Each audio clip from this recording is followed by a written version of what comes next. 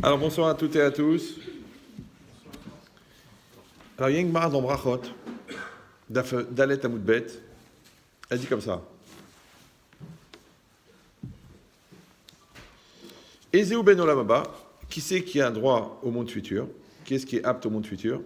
Ze asomer geoula letfila. C'est celui qui va faire rapprocher, qui va coller geoula, on va voir ce que ça veut dire, la délivrance, à la tfila, à la prière. Et là-bas on précise chez l'arbitre, la prière du soir. Alors, vous savez que quand on fait le Kriyat Shema, après on fait les brachot du Kriyat Shema, après on dit Baruch Ata Hashem, Gal Israël, et juste après on dit la Hamida, juste après on dit la Tfila. Comme le matin aussi, on fait les brachot, le Kriyat Shema, encore des brachot, et on dit la Geoula, et après on dit la Tfila. Alors Rachid dit, on a dit le soir, mais Kol Sheken Shacharit, à plus forte raison le matin, des Ikar Geulat Mitzrayim et Shacharit Aya, parce que le principal de la délivrance d'Égypte était le matin. Ok. Maintenant, cette notion-là, pourquoi est-ce que quelqu'un, maintenant, il va avoir le monde futur?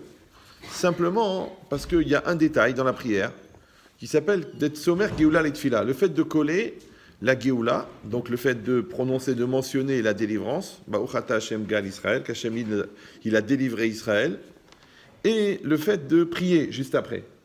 Alors, il demande les élèves de Rabbi Yona. Ils ont posé la question. Yesh le akshot. Il faut demander. Vechim mipne chez somer geoula letfila. Yesh lo srar kolkar. Est-ce que simplement parce que quelqu'un il a collé la geoula, donc c'est-à-dire il a mentionné la délivrance d'Israël avec la prière, parce qu'il n'a fait aucune coupure entre les deux, alors il va avoir une récompense tellement grande chez Yeban Olam Haba qui va être apte à aller au monde futur? C'est bizarre. Parce que nous on sait que le principal objectif de l'accomplissement des mitzvot, c'est d'aller au monde futur. Et qu'il faut en moyenne faire 613 mitzvot par jour, à peu près depuis sa naissance jusqu'à sa mort. Enfin, disons, depuis la bar mitzvah. Alors comment quelqu'un il va croire que parce qu'il a collé la Géoula avec la Tfila, parce qu'il n'a pas fait de coupure, parce qu'il a fait directement l'Amida juste après Gal Israël, il va aller au monde futur? C'est bizarre. Comment est-ce que ça peut suffire? D'un autre côté, on sait, c'est marqué dans la Mishnah, Kol Israël Yeshlem Chelek Leolam Haba. Tout Israël à part au monde futur. Mais tout de suite, le Nefesh HaChaim, le Rafrim de Vologine, il fait une petite remarque. Il n'y a pas écrit Kol Israël Yeshlem Chelek Ba Olam Haba. Il n'y a pas écrit tout Israël à part dans le monde futur. Il y a écrit Kol Israël Yeshlem Chelek Le Olam Haba. Tout Israël à part au monde futur. Donc quelle différence avoir? Quelle différence entre avoir part au monde futur ou avoir part dans le monde futur? Alors il dit pourquoi? Parce que le monde futur, ce n'est pas un endroit qui s'appelle Olam Haba, ouais, dans lequel, avec les mitzvot, tu vas avoir une part. Comme tu auras une part de terrain en Eretz Israël, tu auras une part de terrain Olam Haba. Non, il n'y a pas un endroit qui s'appelle Olam Haba. Donc quand on dit Kol Israël, Yesh lo chelek le Olam Haba, que tout Israël à part au monde futur, ça veut dire qu'en fait, c'est que chaque Israël a la possibilité d'avoir une aptitude au Olam Haba. Il peut être adapté au Olam Haba. C'est ça ce qui est marqué. C'est ça qu'il le dit. Le Olam Haba, c'est quoi? Sheu ose ata a Olam Haba bemaase a mitzvot ve'u maase yede adam atzmo. Ça veut dire quoi? C'est que quand quelqu'un on dit qu'il est ben Olam Haba, il est apte au Olam Haba, il est fils du Olam Haba, ça veut dire qu'il peut recevoir le monde futur, mais on parle de quelqu'un qui est dans ce monde-ci, qui est vivant. Donc comment quelqu'un qui est dans ce monde-ci, il peut être dans l'autre monde? Parce que Olam Haba, a priori, ça veut dire le monde après la mort. Et que normalement, quelqu'un, il est programmé pour naître et pour mourir. Maintenant, qu'est-ce qui va faire que quand quelqu'un, il va mourir, il va continuer à vivre dans le monde futur? Ouais, on l'appelle Olam Haba. Alors, il le dit, et pourquoi on appelle, si ça se passe après la mort, pourquoi quelqu'un de son vivant, on dit Ariou ben Olam Haba? Il y a plusieurs Gemarot comme ça, plusieurs textes, on dit, il est ben Olam Haba, il est apte au Olam Haba, il est prêt au Olam Haba, il est adapté au Olam Haba. Mais de toute façon, il n'est pas mort encore. Ça ne veut rien dire. Comment il peut être dans le Olam Haba, dans le Mazé? Il explique là-bas que, et c'est ça le langage, le Olam Haba, c'est quoi? Sheu ose ata a Olam Haba. C'est-à-dire que maintenant, en étant vivant, la personne, elle fait son monde futur. Elle fabrique son monde futur. Bemaase a mitzvot, par l'acte des mitzvot, par l'action des mitzvot. Ve'u maase yede adam atzmo. Et ça, c'est le fruit de l'acte de l'homme lui-même. Parce que nous, on peut penser qu'on fait des mitzvot, Et Hachem, à la place des mitzvot, il va nous donner l'olam haba, comme une monnaie d'échange. Moi, je viens après la mort avec des sacs de mitzvot, des sacs de serfa, et je vais lui dire, bon, j'ai droit à combien de terrain pour ça? Ouais. Il dit non. Et ça, tu vois avec l'inspecteur des impôts. Il dit qu'il y a mitzvah, etsem asrar. Il dit parce que la mitzvah, c'est l'essence même de la récompense. Ve'aor ou began eden bechaya adam. Et la lumière, elle est dans le Gan Eden, si on traduit littéralement, le jardin d'Éden, le paradis, bechaye à Adam, du vivant de l'homme. C'est bizarre, parce que nous, on parle toujours que c'est après la vie. Quand quelqu'un meurt, il va au monde futur. Donc, qu'est-ce que ça veut dire? Ça veut dire que c'est un peu comme vous avez une lampe, vous avez une lampe de poche. Tu sais, c'est les trucs lourds, là, comme ça, je ne sais pas comment ça s'appelle. Ah, une torche, ouais. Vous avez une torche. C'est un petit appareil, c'est très simple. Vous avez 2 ou 3 piles à l'intérieur qui sont reliées l'une à l'autre. Et au bout de cette pile, il y a un contact. Et au bout du contact, il y a une ampoule. Maintenant, la torche, comme elle est elle-même, quand elle n'est pas allumée, elle a quand même le potentiel de faire de la lumière. Quand vous appuyez, il y a la lumière qui sort.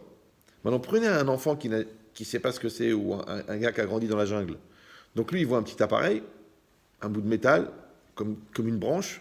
Et puis d'un seul coup, il y a de la lumière. Donc lui, il voit la lumière et l'objet. D'accord? Maintenant, l'objet s'appelle le Ma'asé Adam. C'est l'acte de l'homme. Maintenant, quand on appuie sur le bouton là, la lumière qui sort, elle vient de là. Alors, c'est comme si la lumière, elle figurait l'Olam Haba, ouais, et la torche, elle figurait l'acte de l'homme. Maintenant, la lumière, elle est dans la torche. Seulement, elle n'est pas réalisée encore. Entre guillemets, elle apparaît pas encore dans le monde, ouais, mais elle est à l'intérieur de la torche. De la même manière, un homme, qu'est-ce qu'il fait toute sa vie en vérité? Il emmagasine une énergie. Il charge une batterie incroyable, mais cette batterie-là, c'est vrai, elle ne sera utilisée qu'après sa mort. Mais c'est son acte à lui qui emmagasine cette énergie-là. De la même manière, s'appelle qu'il est Ben Olam Haba, Bar Olam Hazé. Il est déjà apte au monde futur, mais dans ce monde-ci. Maintenant, c'est un peu difficile à comprendre, parce que le Olam Hazé, c'est le monde de la matière, le monde de la bouffe, le monde des envies, des pulsions, et le Olam Haba, la Gemara dit lo achila, lo shtia, lo piria verivia, lo sina, lo tacharut. La Gemara dit dans l'Olam Haba, il n'y a pas de manger, il n'y a pas de boisson, il n'y a pas de relation charnelle, il n'y a pas de jalousie, il n'y a pas de haine, il n'y a pas de... En fait, dans l'Olam Haba, il y a tout ce qui n'est pas animal, bestial, matériel chez l'homme. Facile à comprendre. Donc c'est pour ça, en vérité, que quelqu'un qui est bien adapté à ce monde-ci, il va être très très inadapté à l'autre monde. C'est comme si vous voulez faire une prépa de je sais pas quoi, ou rentrer dans une grande école, que le gars, c'est minimum, il travaille 15 heures par jour. Mais si vous avez l'habitude, vous, de travailler un quart d'heure par jour et passer le reste à dormir, à jouer au flipper, ça va être l'enfer. Maintenant, c'est pas l'enfer parce que l'école, elle est dure. Ça va être l'enfer parce que tu n'es pas adapté. Toute la vie, c'est pareil. Quelqu'un qui s'est habitué toujours à mentir. Donc, s'il va rencontrer quelqu'un qui ment jamais, ça va être l'enfer. Mais c'est pas parce que l'autre dit la vérité que c'est un enfer. C'est parce que toi, tu t'habitues à mentir. Donc, la logique, c'est quoi? C'est que l'enfer, c'est l'inadaptation. C'est ça le Guéhinam. Donc, c'est quoi le Gan Eden? C'est d'être adapté. Maintenant, puisque le monde, après, il est entièrement spirituel, donc plus tu es matériel, plus tu es inadapté. Donc celui qui va devenir spirituel dans ce monde-ci, il est adapté à l'autre monde. Voilà. Voilà, j'ai un problème, c'est que j'ai fini le cours. Bon, on va essayer d'expliquer ça. Ouais. Parce que ça a l'air simple comme ça l'idée, au niveau technique, mais ça prend juste 2 vies pour l'accomplir. Oui. Pourquoi? Parce qu'il dit le Zohar, quand il s'appelle Olam Haba, qui Olam Haba ou Olam Shekvar Ba. Nous, comment on traduit Olam Haba? En français, Olam, le monde, Abba, qui vient. C'est-à-dire, en français, on l'appelle le monde à venir. C'est le monde à venir. Mais le Zohar, il dit non, Olam Haba, c'est Kvar Ba. C'est comme si le monde qui est venu. Donc l'Olam Haba, il est là déjà. Il est là. Ouais. Tu dis, mais ça n'a rien à voir, il faut mourir d'abord, et puis à ce moment-là, on va décider, est-ce que tu es vivant, est-ce que tu es mort, est-ce que tu continues à exister? Non, non, non, non, non. Quelqu'un dans ce monde-ci déjà, il a Olam Haba ou il n'a pas Olam Haba. Il le sait. Chacun dans sa vie, au fond, il sait à quoi il est adapté, qu'est-ce qui est essentiel pour lui, qu'est-ce qui compte, oui ou non. Maintenant, si quelqu'un il fait n'importe quoi, mais il espère que ça va bien se passer, d'accord? C'est comme si quelqu'un il faut rien, et puis il essaye de passer le concours d'entrée à l'ENA. Mais tu sais pas lire. Ouais, mais tu sais, des fois, hein, tu peux tomber sur un gars qui est ouvert d'esprit et qui dit il y a plusieurs formes d'intelligence, mais tu sais pas lire. Donc tu peux pas rentrer à l'ENA, ENA, École nationale d'administration. Par contre, juste en face, il y a une autre école, la ANE, l'école des ânes. Oui. Tu peux essayer là-bas. Peut-être qu'ils vont apprécier ton côté un peu artistique. Et c'est ça l'idée. Ça veut dire quoi? Ça veut dire que le Olam Haba, c'est la religion, ok, c'est irrationnel, ok, c'est spirituel, mais c'est pas débile. Donc maintenant, le problème, c'est que nous, on veut atteindre la spiritualité, mais la spiritualité, elle est cachée à l'intérieur de la matérialité. Donc il faut sublimer le matériel pour atteindre le spirituel. Et dans toute chose, c'est comme ça. C'est pour ça qu'il y a le fond et la forme. C'est pour ça qu'il y a l'extériorité des choses et il y a l'intériorité des choses. C'est pour ça qu'il y a la lettre et l'esprit. Donc quand vous étiez en classe de première, on vous a dit, analysez le texte, essayez de comprendre le message, le contenu, le message de l'auteur. Donc vous cherchez qu'est-ce qui est derrière les mots. Il faut savoir lire entre les lignes. D'accord? Vous épousez une personne, elle a un défaut majeur, c'est qu'elle a un corps. Donc vous devez essayer de trouver la personne qui est à l'intérieur du corps. Ou non, vous continuez à vous occuper de l'extérieur, que du corps. C'est pareil, vous allez manger. Alors est-ce que vous prenez l'énergie de la nourriture ou vous prenez la bouffe? Attention, parce que la bouffe, ça tue, l'énergie, ça donne de la vie. Donc fais attention quand tu manges, est-ce que tu prends du cholestérol ou est-ce que tu prends de l'énergie? Mais c'est la même bouffe, c'est la même pizza. Mais ça dépend comment tu manges. Donc chaque chose en vérité. L'argent, est-ce que c'est un moyen ou c'est un but? L'argent moyen, il va t'amener quelque part. L'argent but, il va t'amener à l'infarctus. Parce que tu vas gagner, puis d'un seul coup, paf, il va tout enlever. Et toi, tu vas faire... Parce que c'était ça ton projet. Hop, il t'a planté, il t'a fait créer le magasin. Après, il t'a enlevé le magasin. Et toi, tu deviens fou. Oui. Donc ça veut dire quoi? C'est que dans chaque système, il y aura toujours l'intériorité des choses et l'extériorité des choses. Maintenant, le fait que l'apprentissage du Olam Haba passe par l'acquisition de l'intériorité, c'est un peu normal, puisque l'intériorité est invisible et l'Olam Haba aussi est invisible. Donc en fait, l'apprentissage du Olam Haba, c'est l'apprentissage de l'invisible. Maintenant, comment on appelle la relation qu'on entretient avec l'invisible? On appelle en français la Emouna. C'est ça la croyance. C'est ça l'ambivalence. Que les gens, ils voudraient voir les choses, ils voudraient des preuves, ils voudraient des... Mais oui, mais quand tu es dans ce que tu vois, tu n'es plus dans ce que tu crois. Maintenant, comment tu vas t'adapter à un monde invisible si toi, tu ne vis que pour ce que tu vois? Donc, il faut apprendre à croire. Et si quelqu'un va dire, eh ben, écoutez, moi, franchement, je suis agnostique, je suis scientifique, je suis pragmatique. Mais est-ce que tu crois en l'intelligence de tes enfants? Ce n'est pas de la religion. Est-ce que tu crois à l'avenir de ton couple? Ce n'est pas de la religion. Est-ce que tu crois à ton avenir personnel? Est-ce que tu crois que tu vas réussir l'examen? Est-ce que tu crois que tu vas te lever demain matin ou que tu vas mourir? Ça n'a rien à voir avec la religion. Donc en fait, la croyance, c'est quoi? C'est d'être capable de s'investir dans ce que tu ne vois pas. Donc tout le monde croit. Parce que sinon, pourquoi tu t'es pas suicidé hier soir? Parce que tu pensais que ça valait le coup de vivre un jour de plus. Ouais. Et pourquoi tu quittes pas ton mari malgré qu'il t'a beaucoup déçu? Parce que tu espères que ça va s'arranger. Et finalement, ça va mieux, vous vous parlez, vous vous rapprochez. Alors, je comprends pas. Et la veille, tu disais qui crève, qui s'étouffe, qui meurt, lui et sa race de famille pourrie. Et le lendemain, tu envisages de faire le 4e. Mais tu as un problème dans ta tête. Parce que c'est le même gars, hein, c'est le même gars. Il dit oui, mais il m'a expliqué, il m'a redonné l'espoir. Mais l'espoir, c'est encore une fois d'arriver à croire. D'arriver à croire. Donc, en fin de compte, on a donné la croyance pour que tu te fasses un apprentissage, que ta référence, elle soit ce que tu crois et non pas ce que tu vois. Ça va toujours? Mais la science, c'est l'inverse. La science, c'est que ce qui existe, c'est seulement ce que tu vois. Donc, comment on va réussir à être des scientifiques croyants? C'est très simple. C'est que ce que tu vois, ça te sert de repère pour percevoir ce que tu crois. Quand moi je vous parle, par exemple, vous m'entendez là? Oui, non? C'est vrai, vous m'entendez? Non, je ne sais pas. Ouais. Bah, quand je parle, ouais, je vous dis quelque chose. Mais ce que je veux vous dire, c'est beaucoup plus grand que ce que je vous dis. Maintenant, j'ai l'espoir que vous compreniez ce que je veux dire. Mais ce que je veux dire, je ne l'ai pas dit. Parce qu'il y en a trop. Donc, la parole, ça devient comme une trame que vous allez suivre pour avoir un certain lien de compréhension avec quelque chose qui n'a pas été dit, qui s'appelle le sens en français. Ça va? Eh bien, l'action, c'est pareil.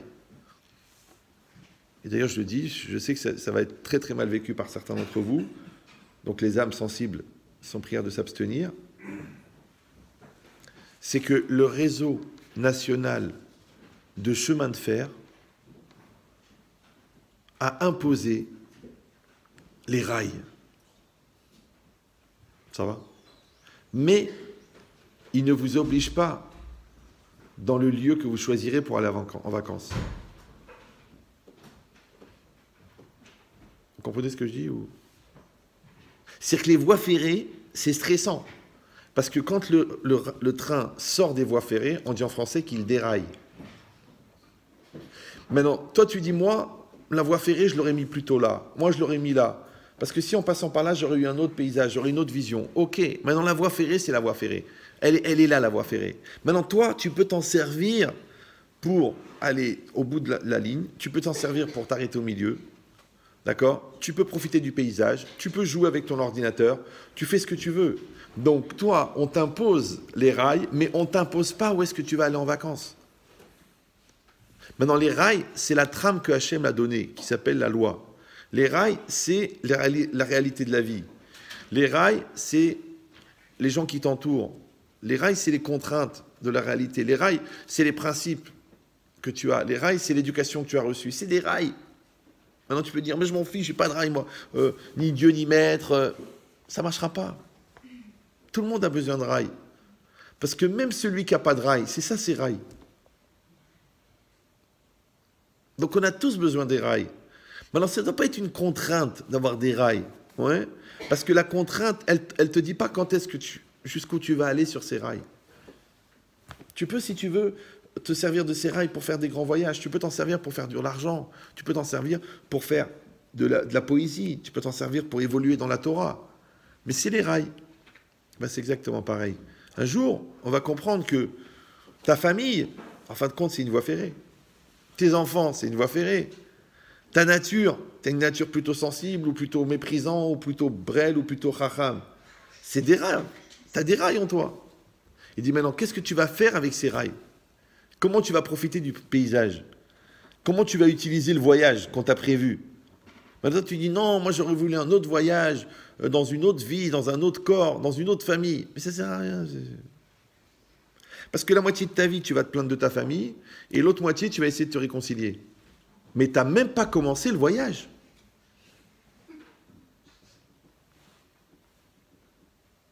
Ça va? Donc c'est marqué ici que Maaseh a mitzvot, ve'u Maaseh yede adam atzmo, l'acte de la mitzvah, oui, c'est l'acte des mains de l'homme lui-même. Ça veut dire que quand on dit qu'un homme, il fabrique son monde futur, vous avez compris maintenant, c'est dans ce monde-ci. Maintenant, pourquoi tu te dis, mais en quoi? En allumant des veilleuses de Shabbat, oui, en déplaçant un bloc de cuir sur mon bras, en mettant un talit sur moi, en quoi je fabrique du monde futur? Mais quel rapport?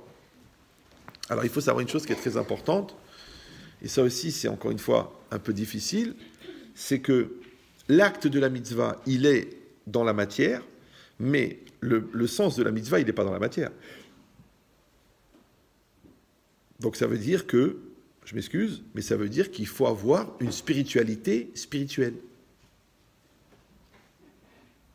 Si vous allez dire, mais là, on est carrément dans la redondance. Non, parce qu'il y a des gens, par exemple, qui ont une spiritualité de superstition. Ça porte bonheur.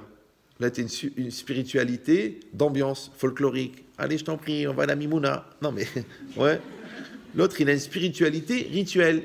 Allez, les enfants, asseyez-vous, on va écouter le rabbin. Alors, ils mettent le disque le soir de la Haggadah. La Haggadah de Pessah par le rabbin Bouzaglo. Abadi Maïnou. Maintenant, le disque, il est tellement vieux, ils l'ont jeté, mais ils l'ont appris par cœur. Alors, toute la famille elle fait la Haggadah de Pessah par le rabbin Bouzaglou. Et tout le monde fait. Ça a l'air débile comme ça. Et il y a pas mal de familles dans cet esprit. D'accord? Puisqu'ils font le kidouche, Veshameru bnei Israël et Shabbat, la Hazod et Shabbat. Chut! Allume la télé, on n'entend pas. Mais tu es en train de dire Veshameru bnei Israël et Shabbat. Ils garderont les bnei Israël le Shabbat et tu regardes la télé. Mais ça ne dérange pas. C'est pas qu'ils sont rachats, qu'ils sont méchants, qu'ils sont tordus, qu'ils sont rebelles. Non, ils sont juste ignorants. Pour eux, les gens ils disent mais je fais Shabbat. On mange les boulettes, le poisson, on fait la salade cuite. Chas v'shalom qu'on rate le complet poisson. L'autre il dit je me marie pas avec toi si tu fais pas le poisson. Nous on a l'habitude de faire le couscous. Si tu fais le couscous, je peux pas t'épouser.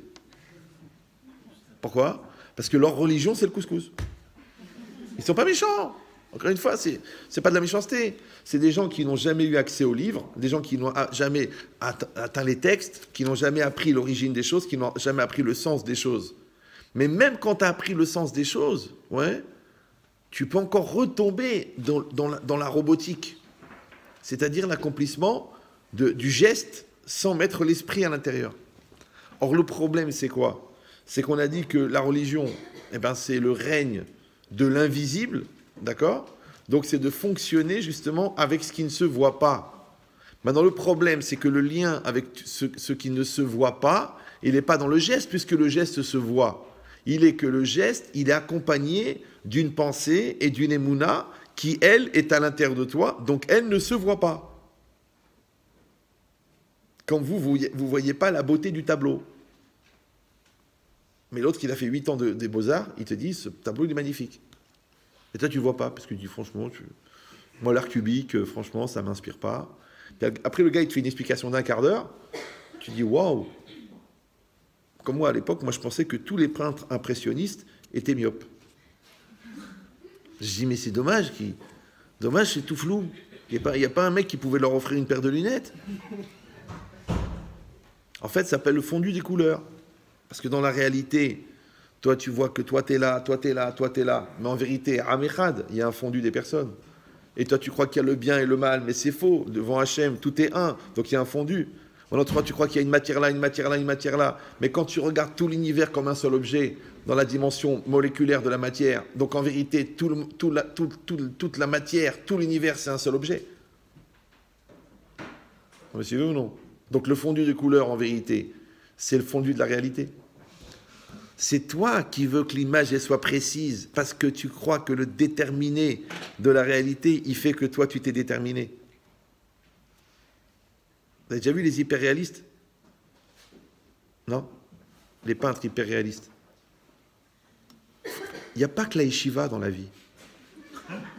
Sortez un petit peu. Il n'y a pas que Cyril. Allez à Beaubourg, allez voir des choses. Vous tapez ce soir en rentrant. Hyper réaliste, c'est des gens qui vont vous peindre un tableau, mais qui est encore plus concentré et plus précis qu'une photo. C'est fatigant à regarder. Vous me suivez ou non? Ça s'appelle l'hyperréalisme. Maintenant, tu as le flou de l'impressionnisme, et tu as l'hyperréalisme, mais tu sais quoi? Mais tu t'approches comme ça, chaque poil, il est peint. Tu dis, chaque point noir sur le nez, tu dis, avec quoi ils ont pris la photo? C'est pas une photo, c'est un tableau. Comment il fait un tableau tellement précis? Alors, c'est pas parce qu'il y en a un qui dessinait bien et un qui dessinait mal. C'est une lecture de la vie. Comme les tzadikim, ils voient tout. Et les rishaïm, ils voient rien. Franchement, la vérité, s'il n'y avait pas eu la lumière le matin, jamais j'aurais su que j'aurais dormi avec quelqu'un qui n'était pas ma femme.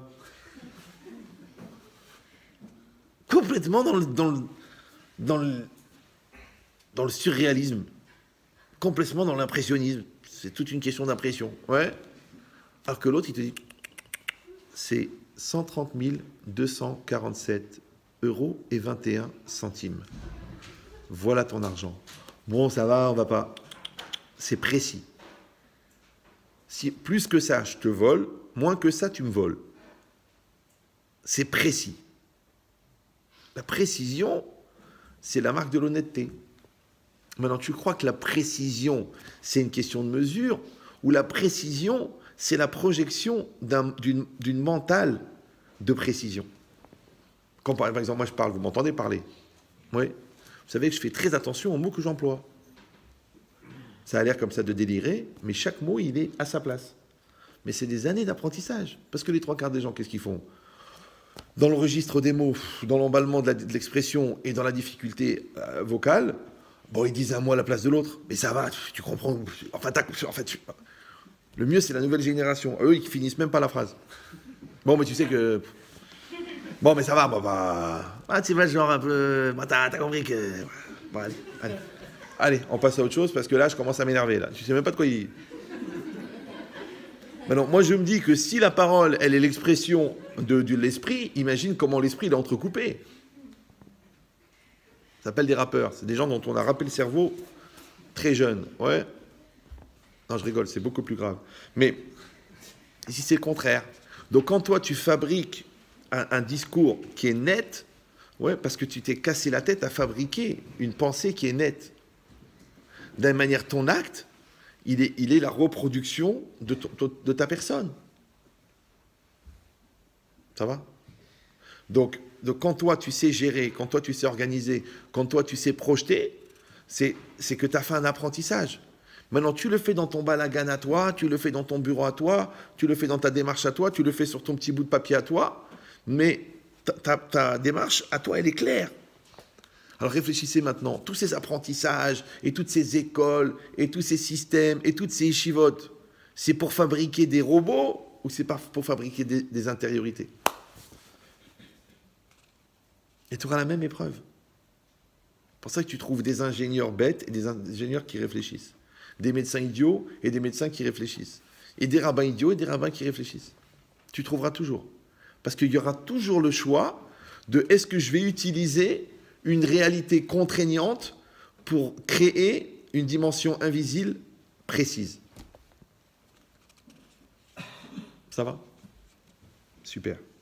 Donc quand on a dit que quelqu'un, il va être apte au lamaba, ouais, vous avez compris maintenant, qu'on va faire un apprentissage de spiritualité dans un monde qui est totalement matériel. Après, à toi de décider si Shabbat, tu sanctifies le temps avec des repas consacrés à Dieu, ou tu bouffes. D'accord? Est-ce que la sortie du mikvé et la retrouvaille avec ta femme, c'est pour concrétiser les acquis intellectuels et émotionnels pendant la période où elle était interdite, ou alors parce que tu vas la dévorer? C'est toi qui décides. Donc l'interdit, en vérité, c'est un espace pour fabriquer de l'invisible. Ou le contraire. L'interdit, c'est ce qui génère la frustration. Maintenant, les gens qui vivent l'interdit comme une frustration, ils deviennent des animaux. D'accord? Hashtag balance ton... Oui. Et les gens qui utilisent l'interdit, ouais, pour se sanctifier, ils vont dire, mais attends, elle est mariée. Ça veut dire quoi? Ça veut dire que je dois avoir un autre type de rapport avec elle. D'accord? Je ne l'ai pas épousée, donc je dois avoir un autre type de rapport. Elle est venue pour me présenter ses talents, elle n'est pas venue pour me montrer ses talents. Donc quand moi, je laisse la personne à sa place et que moi, je reste à ma place, ça s'appelle en français le respect. Mais si moi, je limite l'autre à l'intérêt que je peux avoir de son utilisation, j'ai changé son statut. Mais ça ne s'est pas passé à l'extérieur, ça s'est passé à l'intérieur. Ça s'appelle la sanctification, ça s'appelle la purification, ça s'appelle l'élévation, ouais, ça s'appelle grandir. Et ça se fait à l'intérieur. C'est pour ça que normalement, à chaque fois qu'on passe de classe, on est un peu plus mature que l'année d'avant. Normalement. Oui. Et que quand on a une expérience professionnelle, on est plus professionnel que quand on n'a pas d'expérience professionnelle. Mais ce n'est pas le temps qui fait ça. Encore une fois, c'est quel rapport j'ai eu avec ça? Est-ce que j'ai cherché dans l'expérience une manière d'esquiver les soucis pour finir vite la mission, ou j'ai dit je me confronte avec l'expérience pour grandir et pour être plus mature professionnellement que je ne l'étais avant cette expérience? Donc Audon Colo, cousin de Marco Polo, ouais, c'est qu'est-ce que j'ai fait avec la réalité qu'on m'a proposée. Maintenant, toutes ces facettes-là, à l'intérieur de moi, qui vont apparaître au fur et à mesure que je vais me confronter avec une réalité que je vais assumer, Ça s'appelle Olam Haba. Ça va toujours? Mais si je me débrouille pour passer de classe, parce que je connais des gens, parce que je m'arrange avec le doyen, parce que je dors avec le prof, mais ok, à la fin, j'ai mon diplôme, mais je ne peux pas professer, je ne peux pas travailler, puisque au fond, je sais que je suis nul. Imagine le gars, il a tout fait pour avoir son diplôme de chirurgien, et il l'a eu, mais il ne supporte pas la vue du sang. Donc il arrive à l'opération, il dit, attendez, vous n'allez pas l'ouvrir quand même, le gars. Ben, c'est de la chirurgie. Mais tu n'as pas fait l'internat? Ah non, je me suis fait porter malade. 3 ans, 3 ans. Le gars, il voit le sang, il s'évanouit. Tu lui dis, mais t'es chirurgien. T'es chirurgien. Toi, t'es fiscaliste. Alors je viens te voir, je dis, bon, comment je fais pour pas payer d'impôts? Oh, Dieu préserve, je sais pas, moi, paye. Attends, mais pourquoi je te donne un pourcentage? Pour que tu m'expliques comment je fais pour pas payer? T'es fiscaliste, non? Un comptable, il m'a dit, les gars, on peut pas leur faire une vraie compta, mais on peut leur éviter d'aller en prison. C'est vrai. Parce que les gens, ils s'amusent, ils rigolent, ils font un but de biens sociaux, ils mélangent les chèques et trucs. C'est du pénal. C'est du pénal. Tu dis, ah, ça va, attends, c'est juste un petit business, comme ça, c'est rien. C'est une épicerie, c'est truc. Bon, on a pris de la marchandise, on a fait la bar mitzvah du petit. Oh. C'est une société anonyme. Il y a des factures. Le fournisseur, il a donné à la marchandise, à la truc. Toi, tu viens, tu te sers, tu prends. Tu gardes le cash, t'es un mec dangereux, toi. Maintenant, oublie l'embrouille, oublie le... Mais en fait, compte, c'est quoi la prison? La prison, c'est l'endroit où tu vas faire les études que tu n'as pas voulu faire dans l'expérience. Et t'es emprisonné dans quoi? Dans ton ignorance. Ben, c'est exactement pareil que le divorce, en fin de compte. C'est pour faire les études que tu n'as pas voulu faire, confronté à l'autre. Maintenant, tu vas aller faire seul dans ta chambre, en attendant que le célibataire, il te rappelle. Mais tu étais confronté avec la personne. Il fallait travailler. Ah, mais vous ne le connaissez pas. Ok. Lui, c'était une épreuve pour toi et toi, tu étais une épreuve pour lui. Ok. Mais il y avait un travail à faire. Non, tu ne veux pas faire le travail parce que tu penses que c'est encore la faute de l'autre. Alors, qu'est-ce que tu fous sur la photo si tu n'as rien à voir? Donc, vous avez compris que quand tu es confronté à l'autre, tu t'es marié. Et plus tu te confrontes, plus tu es marié. Et que tu te confrontes aux enfants, tu deviens parent de plus en plus. Maintenant, si tu dis, c'est pas mon rôle, ça me prend la tête, ça me saoule, moi je fais la parnassa, c'est toi qui fais l'éducation. Ok, alors pourquoi le bon Dieu t'a donné des enfants?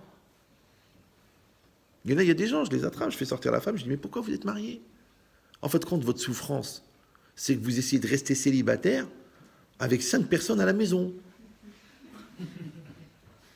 Il réfléchit, il dit, c'est vrai, finalement, je ne me suis pas marié. Ah, maintenant, il y a la pression sociale, il y a l'ambiance, il y a les parents. Allez, mon fils, ça veut dire, à quel âge je vais voir tes petits-enfants? Tes petits-enfants. Elle veut voir la mère, elle veut voir les petits-enfants du gars. Ouais. Et lui, il suit le mouvement, il est amoureux, on lui dit attention, là tu lui dis attention si tu vas pas me présenter à tes parents, et il suit, mais il s'est jamais marié. Après tu dis mais pourquoi il est mal, pourquoi il réagit comme ça, pourquoi il s'énerve, pourquoi il supporte pas le bruit, pourquoi il en a marre d'écouter tes discussions stériles. Mais c'est le mariage, ça. C'est comme si quelqu'un il achète une maison en face de la mer, il dort la première nuit, le lendemain il appelle l'agent, il dit écoutez, il y a un problème avec les voisins là. Entendez le bruit là? Je sais pas ce qu'ils font avec une perceuse ou j'en sais rien, ils frottent les rideaux. Et au bout d'une demi-heure, le vendeur il dit mais de quel bruit vous parlez, monsieur? Il dit pourriez me limiter? Bien sûr, écoutez le bruit.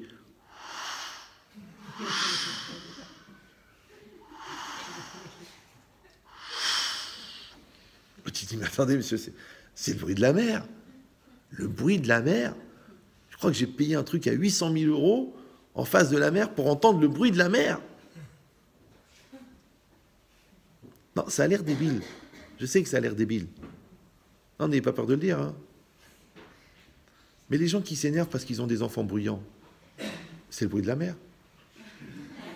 Le mec qui s'énerve parce qu'il a une femme dépensière, mais c'est sa caractéristique principale, t'as pas compris? Radin. Ouais. La femme, elle a besoin de dépenser, ça la rassure. Laisse-la faire du moment qu'elle a le sourire. Ça va te coûter cher, bien sûr. Ma très chère femme. Très chère. Mais c'est pas grave.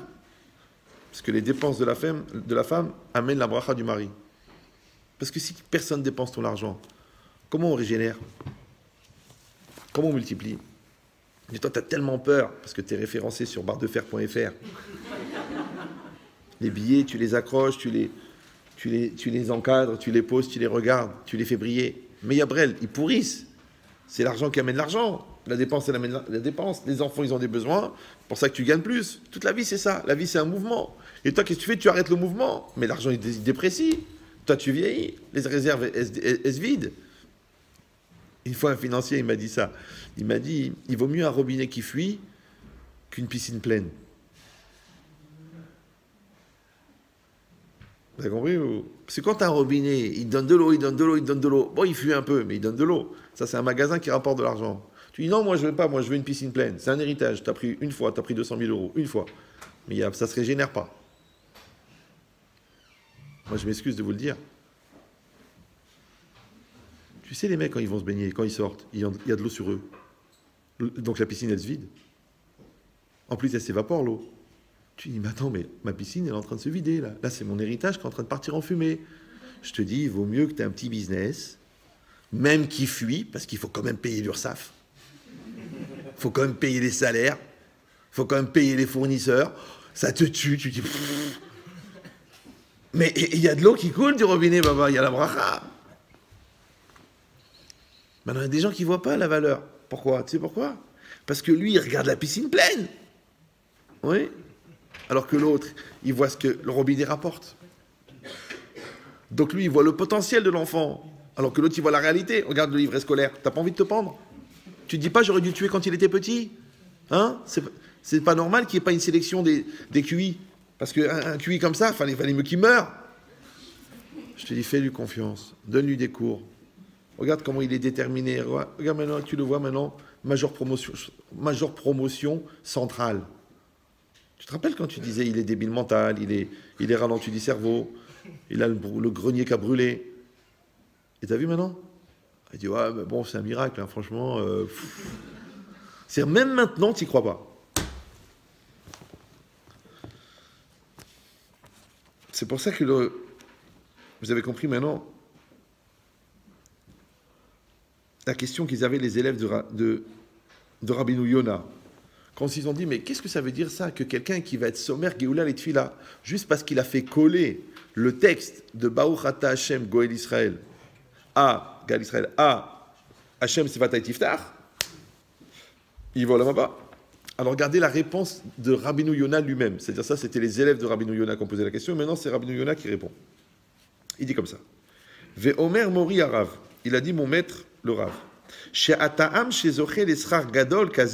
La raison pour laquelle il reçoit une tellement grande récompense, parce que tu ne vois pas entre guillemets la petitesse du geste et l'immensité de la récompense, c'est quelque chose qui ne va pas. Comment tu peux faire un acte qui est fini et déterminé dans le temps et recevoir l'infini dans le temps? Il y a quelque chose qui ne va pas. Ce n'est pas la même nature de paiement. Il répond, Mipne chez Akadosh Baruchu, parce que Hachem, Keshe Ga'alanu, lorsqu'il nous a délivrés, Votianu Mimitzraim, et qui nous a sortis d'Égypte, Aya liyotenu lo le avadim, c'était pour que nous soyons ses serviteurs. Chez Neymar qui avadai em asher otseti otam eretz Misraim, parce que le passage qui dit car ce sont mes serviteurs, les Bnei Israël sont mes serviteurs que j'ai fait sortir de la terre d'Égypte. Il dit Ubirkat Gaal Israël, et cette bénédiction là qu'on fait de Gaal Israël, maskir a chesed sheasa imanu aboré. Elle mentionne la bonté qu'Hachem a fait avec nous. Parce que quand, dans la bracha de Gaal Israël, on parle de tous les bienfaits de la sortie d'Égypte, et on termine en disant qu'Hachem nous a délivrés. Donc on a mentionné la sortie d'Égypte. Ve'at tfila i avoda. Et on sait que la tfila, la prière, c'est une avoda. Parce que c'est marqué dans le pasuk, va'avadetem. Et Hachem Elokechem, vous le servirez de toute votre âme. La Gemara a dit, Ezoi avoda shebalev, c'est quoi ce service qui se fait par le cœur? On dit, zo tfila, c'est la prière. Donc qu'est-ce qui est marqué ici? Dans Gaal Israël, on va mentionner la bonté qu'Hachem nous a fait sortir d'Égypte, et juste après, on fait la avoda. Et c'est quoi la avoda? C'est la avoda de la prière. Ça veut dire que Eved, c'est un serviteur. Donc on devient des serviteurs d'Hachem en se rappelant de la bonté qu'Hachem nous a fait de nous sortir d'Égypte. Ça va? Ou Keshemaskir Yetziat Mitzrayim ou Mitpalel Miyad. Et lorsqu'il mentionne la sortie d'Égypte et qu'il prie tout de suite, Mar'e, il montre Kemo Shea Eved Shekone Rabo, de la même manière que le serviteur qui a acquis que le maître a acquis, chayav la sot misvat rabo. Il est obligé de faire le commandement de son maître. Car, ou makir atova ve'ageoula chez Gaal Oto Aboré. De la même manière, il reconnaît le bien que son maître, parce que comment il est devenu serviteur d'Hachem? Parce que Hachem, en le délivrant, il est devenu son maître. Donc en reconnaissant qu'Hachem l'a délivré, il a reconnu qu'il est le serviteur. Et le serviteur, il sert. Et c'est quoi le service divin? C'est la prière. Donc quand il dit Hachem Sefatai Tiftar, il ne fait qu'accomplir, oui, en priant, il ne fait qu'accomplir, en fin de compte, l'élan de ressenti de serviteur qu'il avait par la reconnaissance de la sortie d'Égypte. Ça va toujours? C'est un peu abstrait pour vous?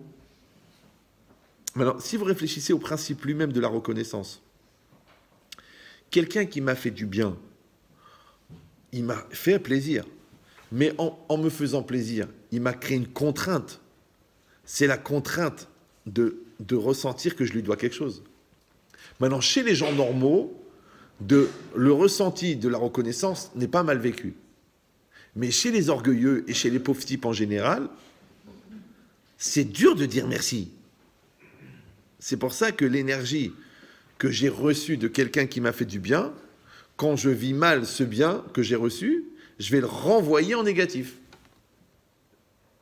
Une fois, il y avait un rave, quelqu'un lui a fait une crasse, il a dit « Mais je ne comprends pas, je t'ai jamais fait du bien, pourquoi tu me fais du mal ?»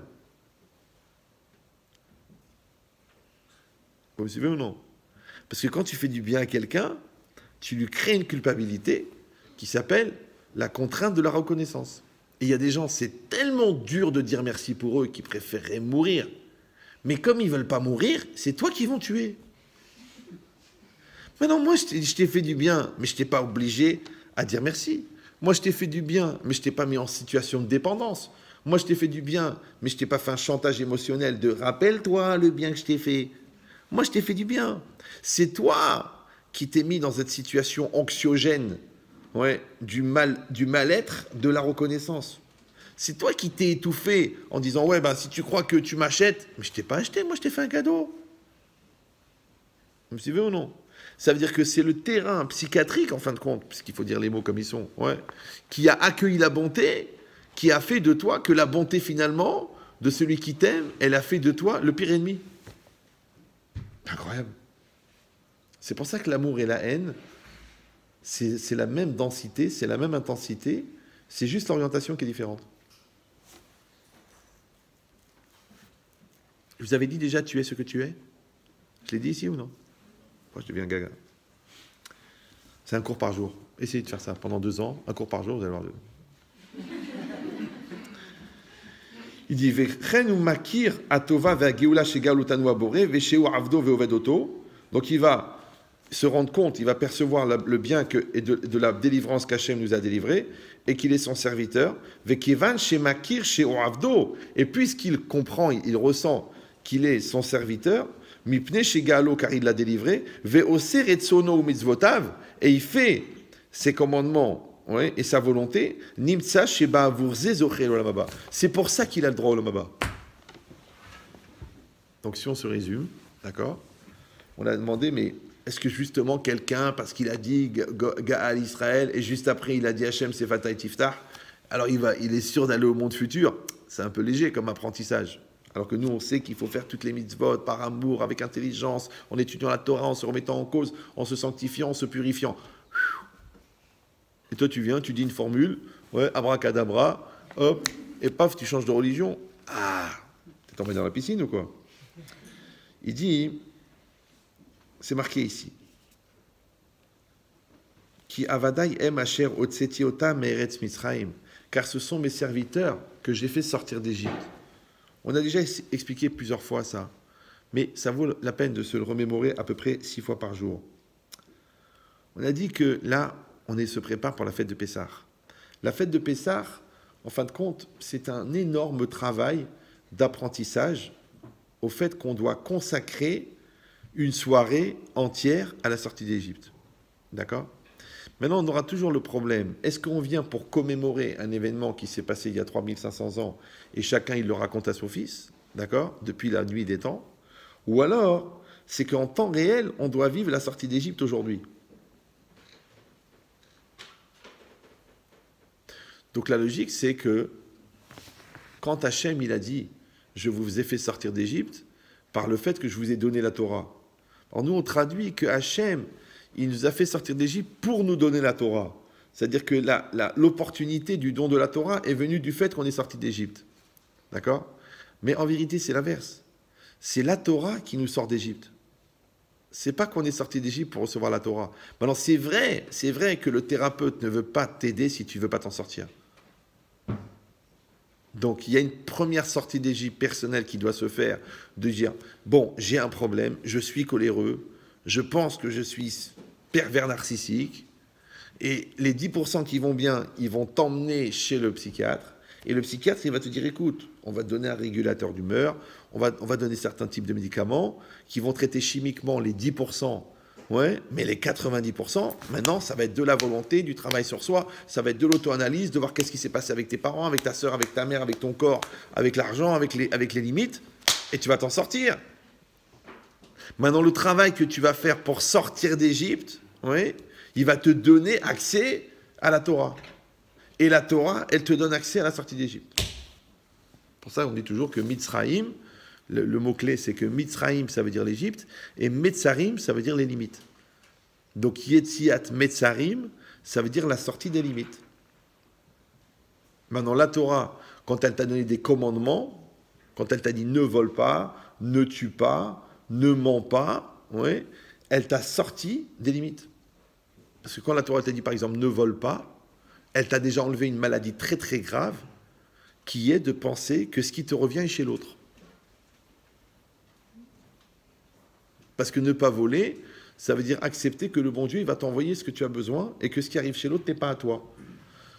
Maintenant, quand toi, tu veux l'arbitraire, quand toi, tu veux le monde qui fonctionne tout seul, qu'il n'y a pas d'autorité supérieure, c'est en fait, c'est pour pouvoir voler. C'est tout. Ouais. Quand tu dis, on n'est pas obligé de mettre les tefilines, le Shabbat, c'est contraignant, en fait, c'est pour coucher avec la voisine. Bon, il faut dire les choses comme elles sont. Hein. Je crois que les gens, ils ont des grands débats philosophiques. Pas du tout. En général, ça se passe au niveau de l'équateur, la partie la plus chaude de la planète.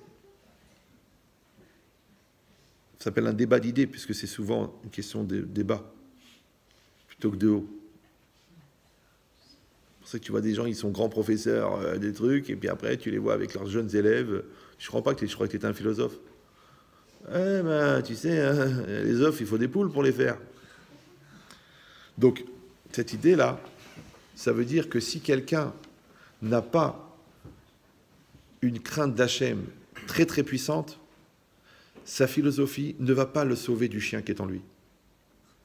Je sais que c'est un peu direct, mais croyez-moi que les 30 millions d'amis, ils ne sont pas tous à quatre pattes. Il y en a un certain nombre qui marchent debout. Il faudrait créer la SPO, la Société Protectrice des Obsédés. D'accord ?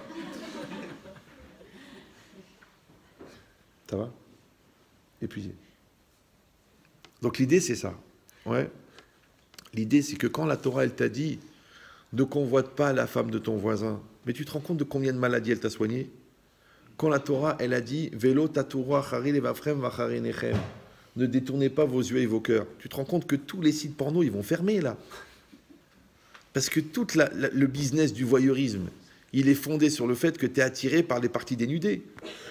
Mais si tu prends sur toi cette discipline que tu ne regardes pas le corps de quelqu'un, tu entends la personne qui est en face de toi. Donc pourquoi tu vas avoir cet intérêt à essayer d'attraper quelque chose entre les deux boutons ouverts ou à travers la fente de la jupe ? Mais tu es un animal. Donc quand la Torah, elle t'a dit « vélo tatourou », elle t'a appris à maîtriser l'animal qui était en toi. Donc tu es sorti des limites de l'animal. Vous me suivez ou... Et dans tout, c'est pareil. Quand la Torah, elle t'a dit que tu vas prier, donc elle t'a dépassé la matière. Quand la Torah, elle t'a dit de faire une bracha avant de manger, elle t'a appris à maîtriser les pulsions de l'animal qui est chez toi. Quand la Torah, elle t'a dit mange cachère, mais c'est compliqué. Parce qu'il faut trouver la bête, il faut vérifier qu'elle n'est pas très fin. Après, il faut la battre rituellement avec un vrai shochet selon des milliers de halachot. Après, il faut vérifier qu'elle n'a pas des défauts à l'intérieur. Après, il faut prendre la viande, enlever les graisses interdites, enlever le sang, cachériser, faire cuire dans des plats cachers. Tu sais quoi, j'ai plus faim. Moi, je voulais la jouer Cro-Magnon. D'accord? L'animal encore vivant, je l'arrache la jambe, je la mange à moitié grillée sur la cuisse de mon cheval. Là, c'est bon, là, ça c'est bon, ça c'est bien. Non, c'est compliqué. Pourquoi? Parce que quand la Torah, elle va compliquer la relation avec la matière, en fin de compte, elle va sanctifier la matière. La Torah dit, tu rencontres une fille, tu lui parles, tu la respectes, tu es sympathique avec elle, tu rencontres ses parents. Vous arrivez à être convaincants l'un pour l'autre, vous ne vous touchez pas, vous ne vérifiez pas la qualité de la marchandise, d'accord? Vous faites confiance, après vous faites la choupa, la soirée, l'actuva, confirmation, et après vous allez dans le lit. Tu dis, attends, je vais pas aller dans le lit une fois tous les 3 ans, là.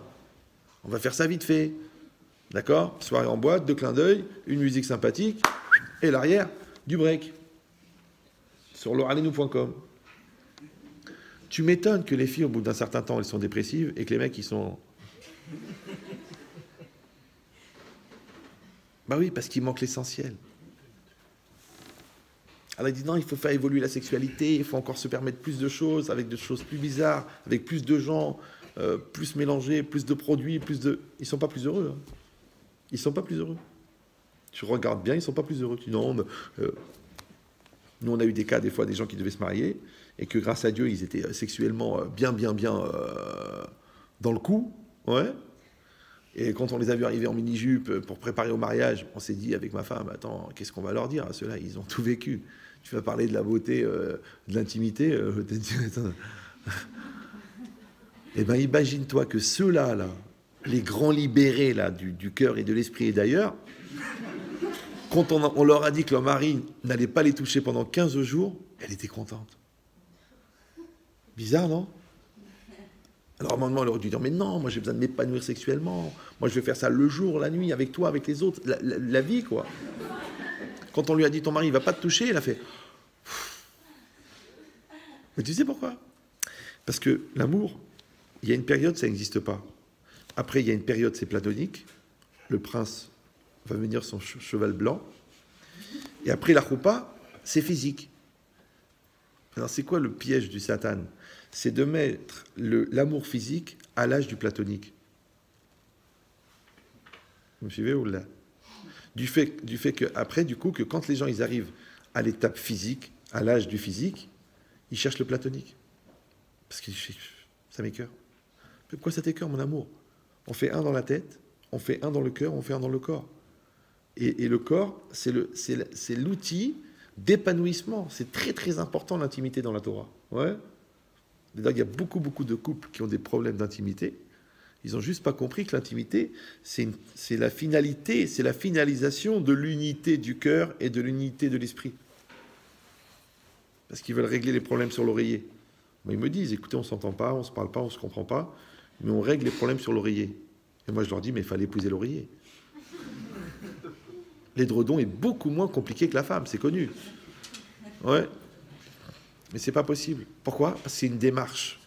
Donc quand la Torah, elle t'a dit, la Nida, en fin de compte, elle t'a créé un espace pour que la femme puisse être autre chose que l'objet du désir de son mari, puisque pendant 15 jours, on ne peut pas la toucher. Vous suivez ou non? Quand la Torah a créé la cache-route, elle t'a appris à maîtriser tes pulsions. Vous vous rendez compte de toutes les maladies dans lesquelles la Torah t'a sauvé? Sur tout ça, tu dois dire Gal Israël. Sur tout ça, tu dois dire Asher Otseti Etre Meretz Mitzrayim, que je vous ai sorti de la terre d'esclavage. Je t'ai sorti de tes limites. Maintenant, plus tu vas étudier la Torah, de cette manière, bien sûr, en profondeur, plus tu vas voir de quoi toutes les choses de la Torah te libèrent, plus ta reconnaissance, elle va grandir.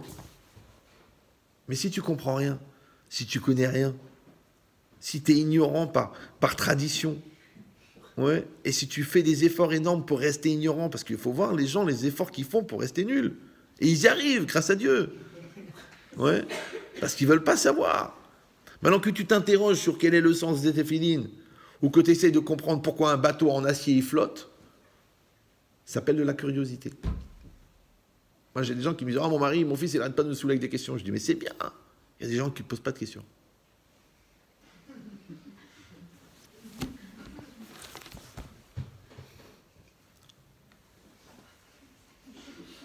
Tu crois qu'ils réfléchissent. En fait, ils digèrent. Et ce qui apparaît sur leur cerveau, c'est juste les mouvements des sucs digestifs à l'intérieur de leur tube digestif.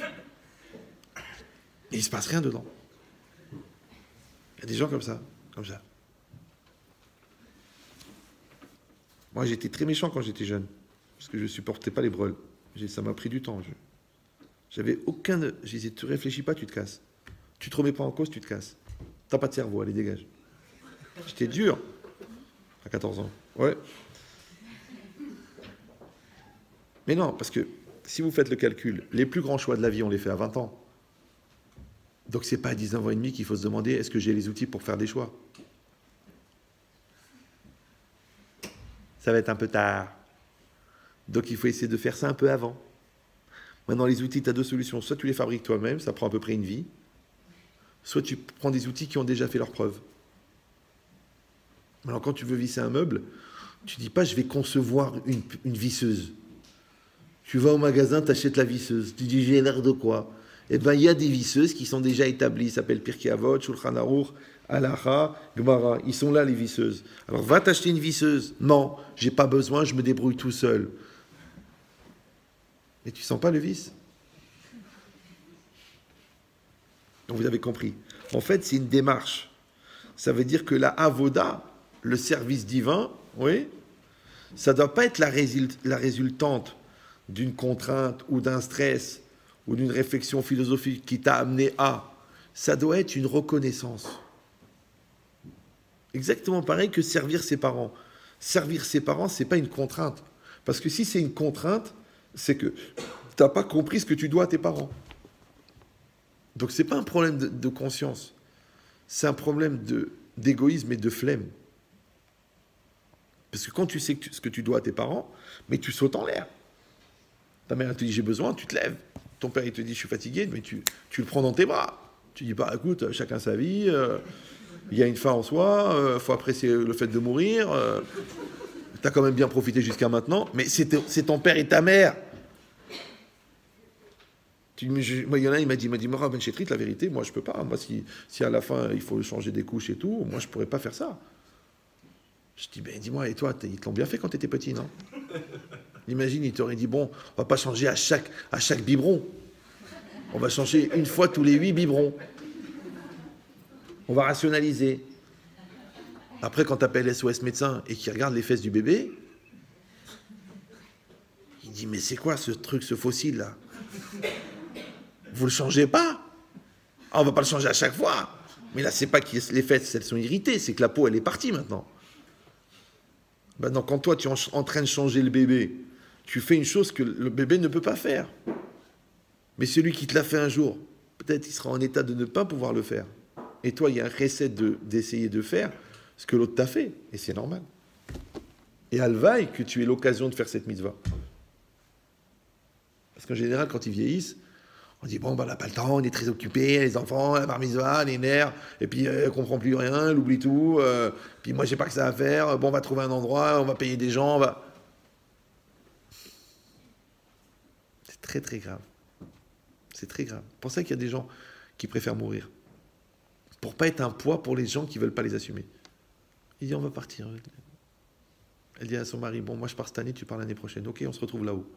Parce que les autres, là, la bande d'égoïstes qu'on a mis au monde, on sent qu'on va leur peser dessus. Ils vont être nerveux, ils vont dire, maman, j'ai pas le temps, maman, je peux pas te faire les courses, maman, débrouille-toi, maman, appelle la mairie.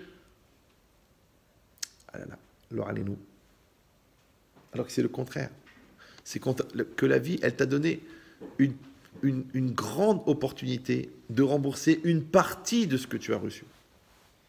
Et si quelqu'un dit, bah oui, ben moi, ça me stresse, moi. Moi, de savoir que je suis redevable, ça m'étouffe.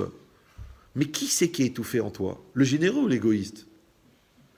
Qui c'est qui est stressé? C'est le radin?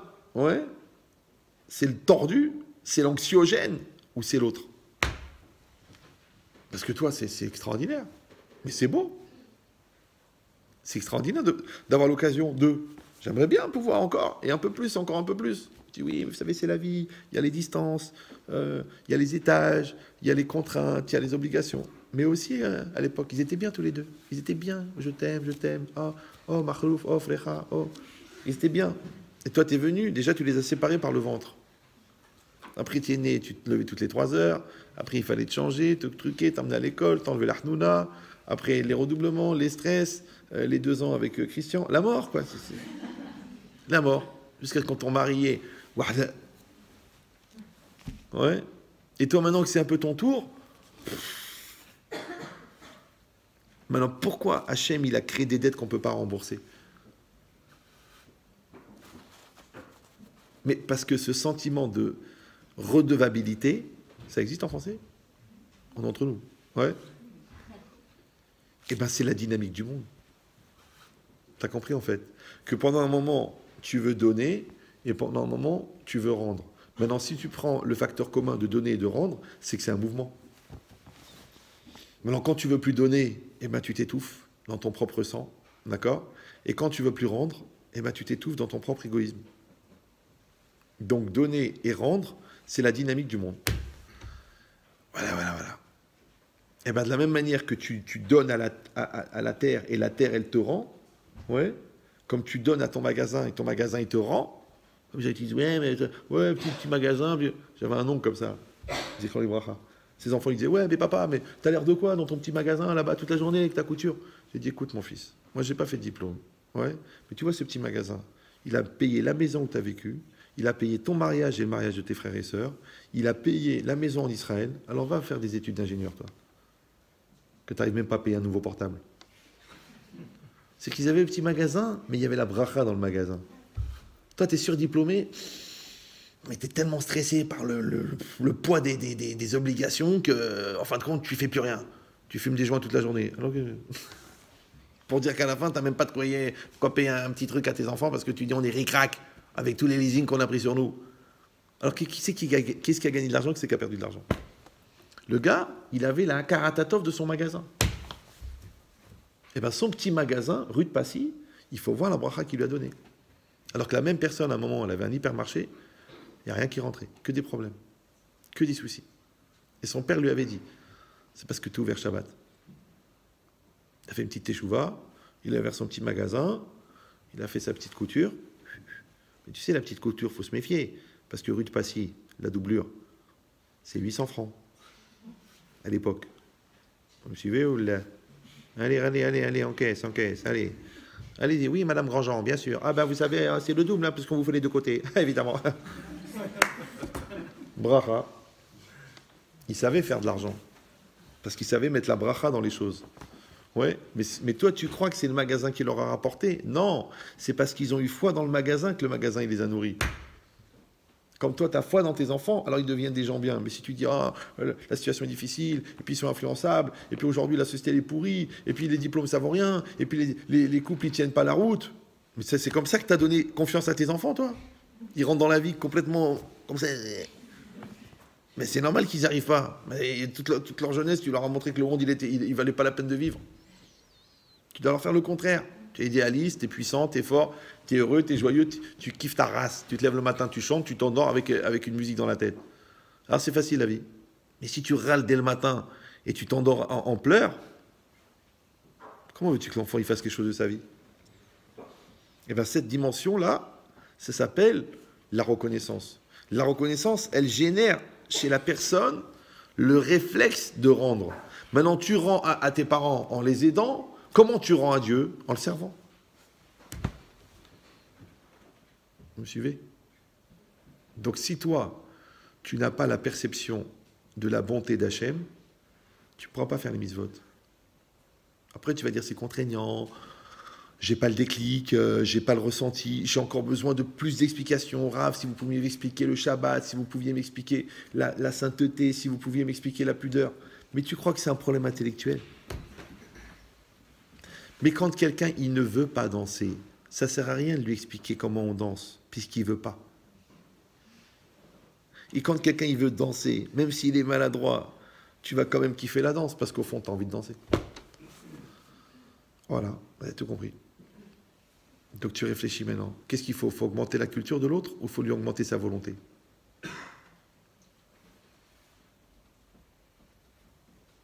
C'est pour ça que quand les gens ils me disent « Ouais, c'est compliqué avec des enfants turbulents », je dis « Vaut mieux des enfants turbulents que tu dois orienter que des enfants passifs que tu dois mettre en mouvement. » Parce que l'autre qui est jeté sur le canapé comme ça. Tu dis « David, lève-toi. » À quoi ça sert? De toute façon, je vais rater. De toute façon, je suis nul.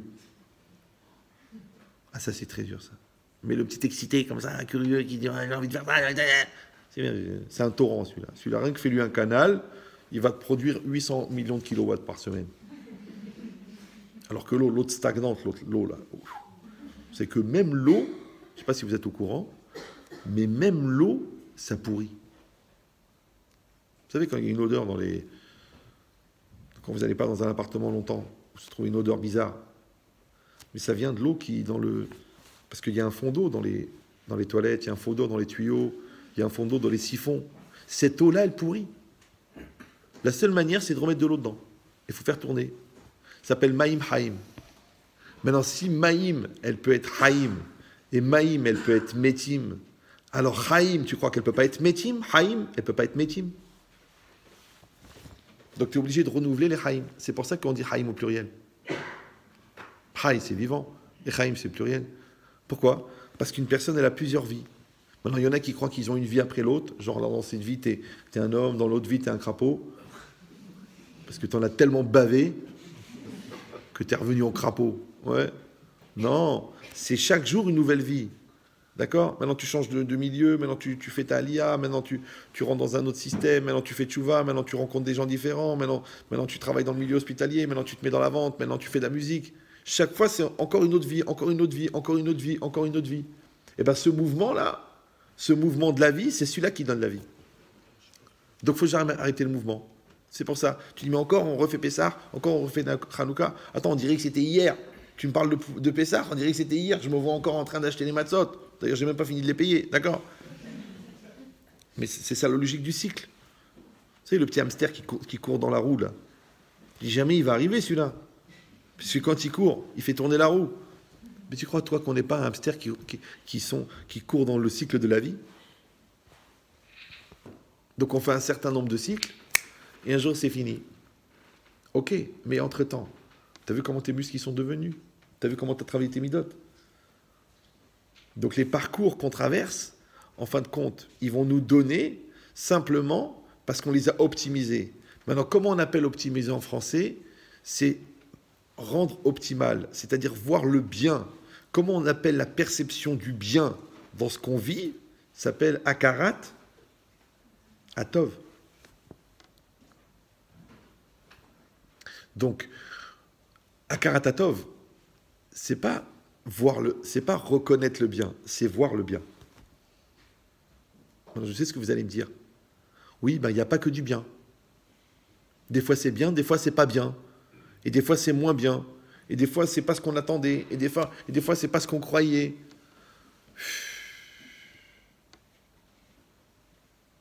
Il faut grandir, les enfants. Il faut arrêter de penser que la vie, c'est Disneyland. Maintenant, les enfants, ils cherchent des choses qui leur font plaisir. Et les adultes, ils cherchent des choses qui les font grandir.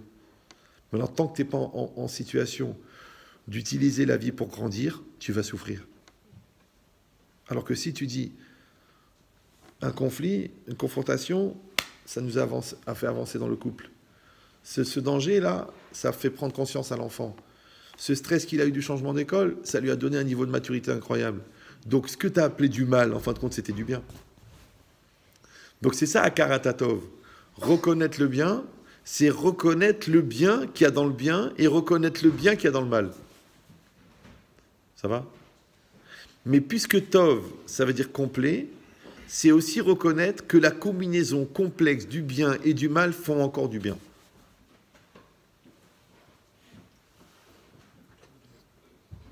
Mais sans être maso. C'est pour ça qu'on dit Srar mitzvah mitzvah.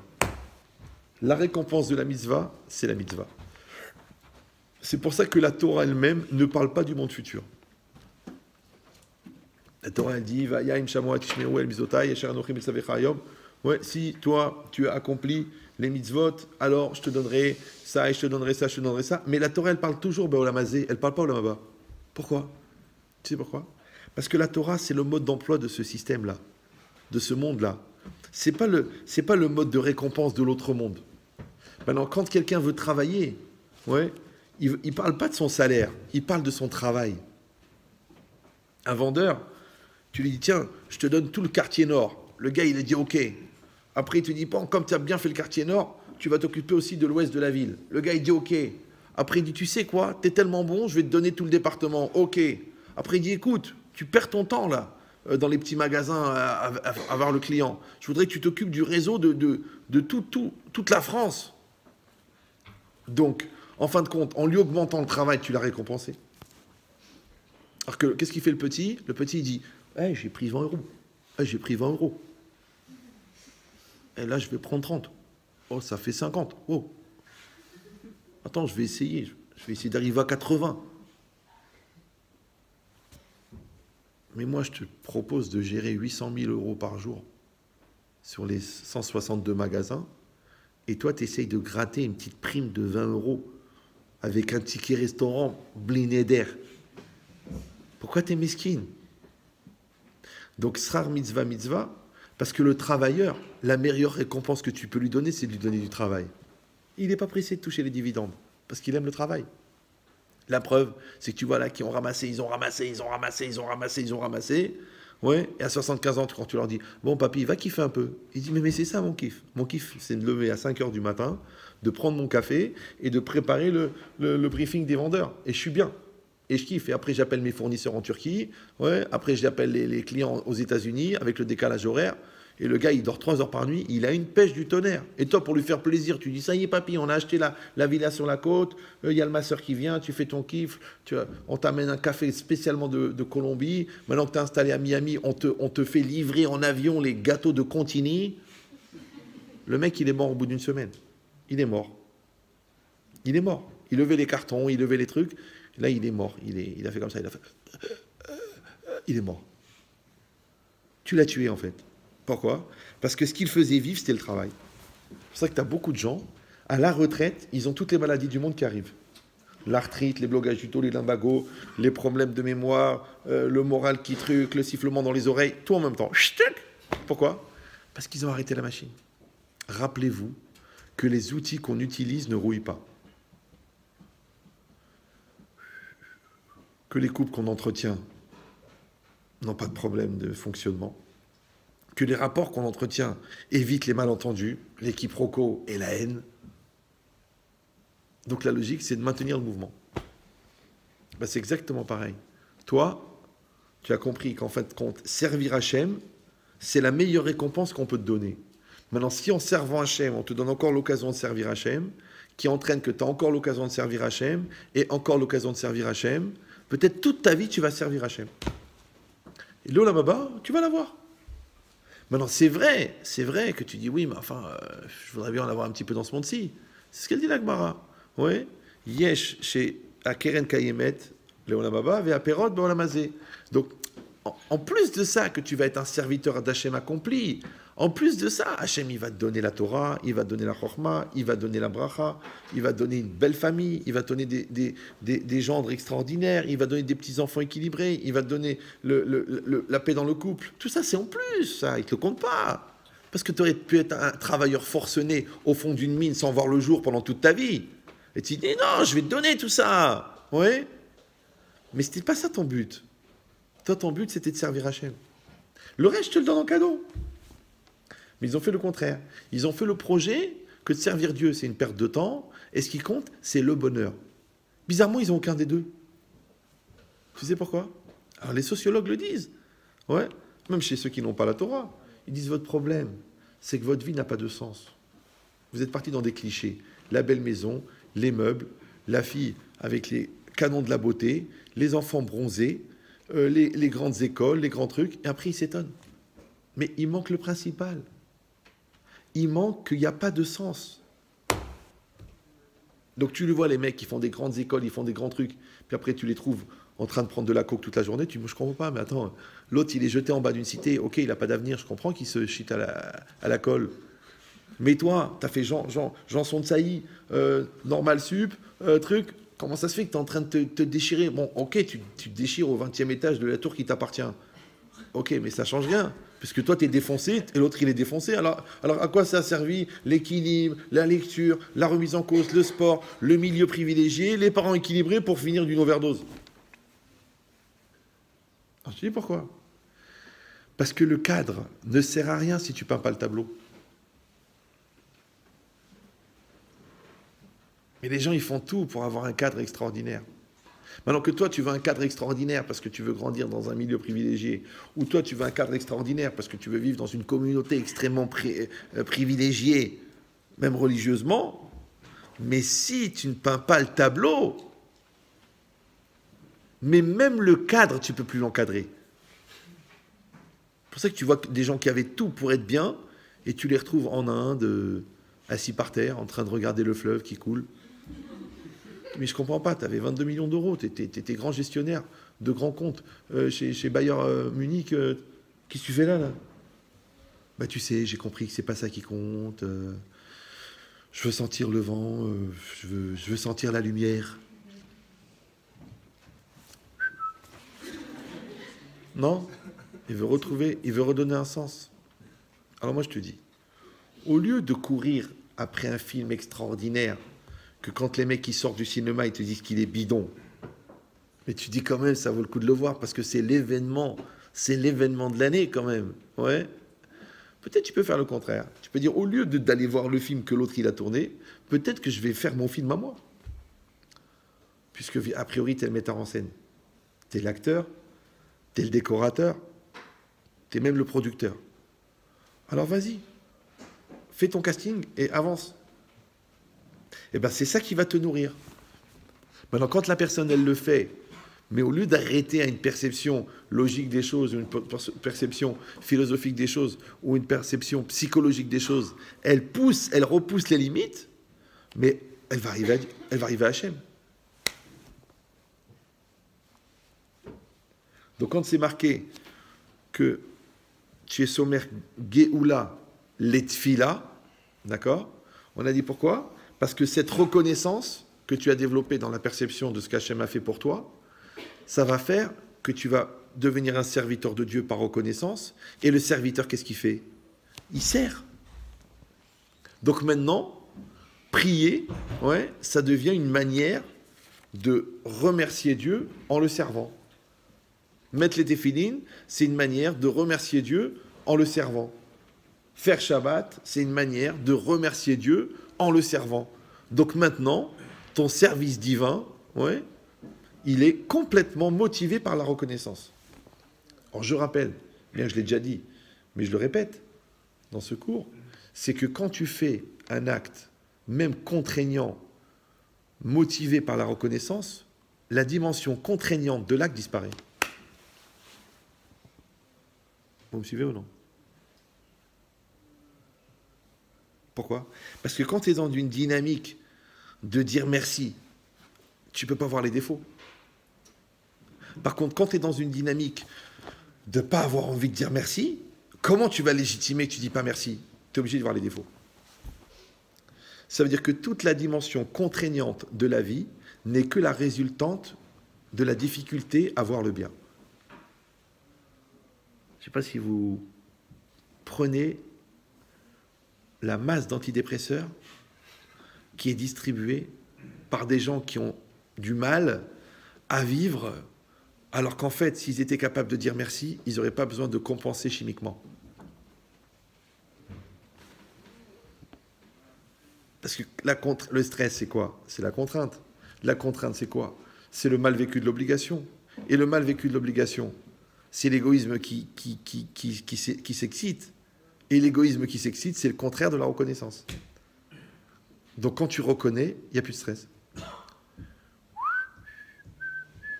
sais pas si vous me suivez, la queue à la pharmacie. Xanax, Tranxène, antidépresseur, régulateur d'humeur, bêta-bloquant, une masse. Pourquoi? Parce que tu dis pas merci. C'est incroyable. Je sais pas si vous... D'accord? Donc si tu as la chance de pouvoir faire des études, arrête de te plaindre que c'est dur le niveau, puisque c'est ces études-là qui vont te rendre indépendant et indépendante. Si tu as des parents qui sont exigeants, arrête de te plaindre, parce que l'autre il a des parents laxistes, il est jeté dehors, il attend que la rue l'éduque ou la police l'éduque. Arrête de te plaindre que tu as un corps qui est puissant, parce que grâce à ça, tu as échappé à des choses incroyables. Toi, tu dis, ouais, mais tu as vu combien il a payé sa voiture? D'accord, mais elle a de la reprise, c'est pour ça qu'il a échappé à la mort. Parce que quand l'autre, il a coupé la route, il aurait pu se truquer, alors que l'autre, il pouvait rien faire. Il a vu, il a fait Kaddish et il est mort. Il a dit, de toute façon, on n'a pas de reprise, qu'est-ce que je peux faire? D'accord? Donc ça veut dire que ce que toi, tu appelles une contrainte, en fin de compte, c'est des outils pour faire du meilleur. C'est pour ça que quand la Torah, elle a dit que tu dois faire la prière juste après Gaal Israël, vous avez compris maintenant que Gaal Israël, c'est la prise de conscience que je suis un serviteur d'Hachem par reconnaissance. Maintenant, pourquoi juste après la prise de conscience? Parce que s'il n'y a pas un acte après une prise de conscience, la prise de conscience, elle s'éteint. Vous me suivez ou non? C'est comme dans un couple, on a pris conscience qu'on a fait des erreurs, alors tout de suite, on va fixer des nouvelles règles et on va les mettre en application. Les gens ils disent, ok, je m'excuse, je ne recommencerai plus, je prends sur moi. Après, ils disent, ouais, vous savez, Rav, au bout de 3 jours, hein, tout est revenu comme avant. Mais c'est normal.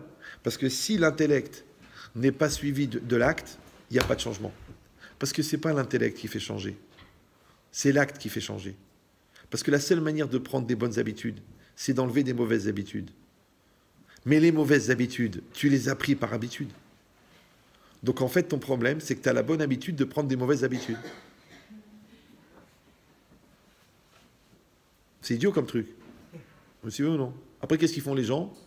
Ils disent, ah ben je suis comme ça, ah ben c'est ma nature, ah ben qu'est-ce que... on va pas se refaire, hein, on va pas se refaire. On dirait un crapaud à qui te demande d'écrire une symphonie. Mais ce que tu es devenu, c'est le fruit d'habitude. Donc tu as juste à changer d'habitude. Par exemple, personne n'aime les coups.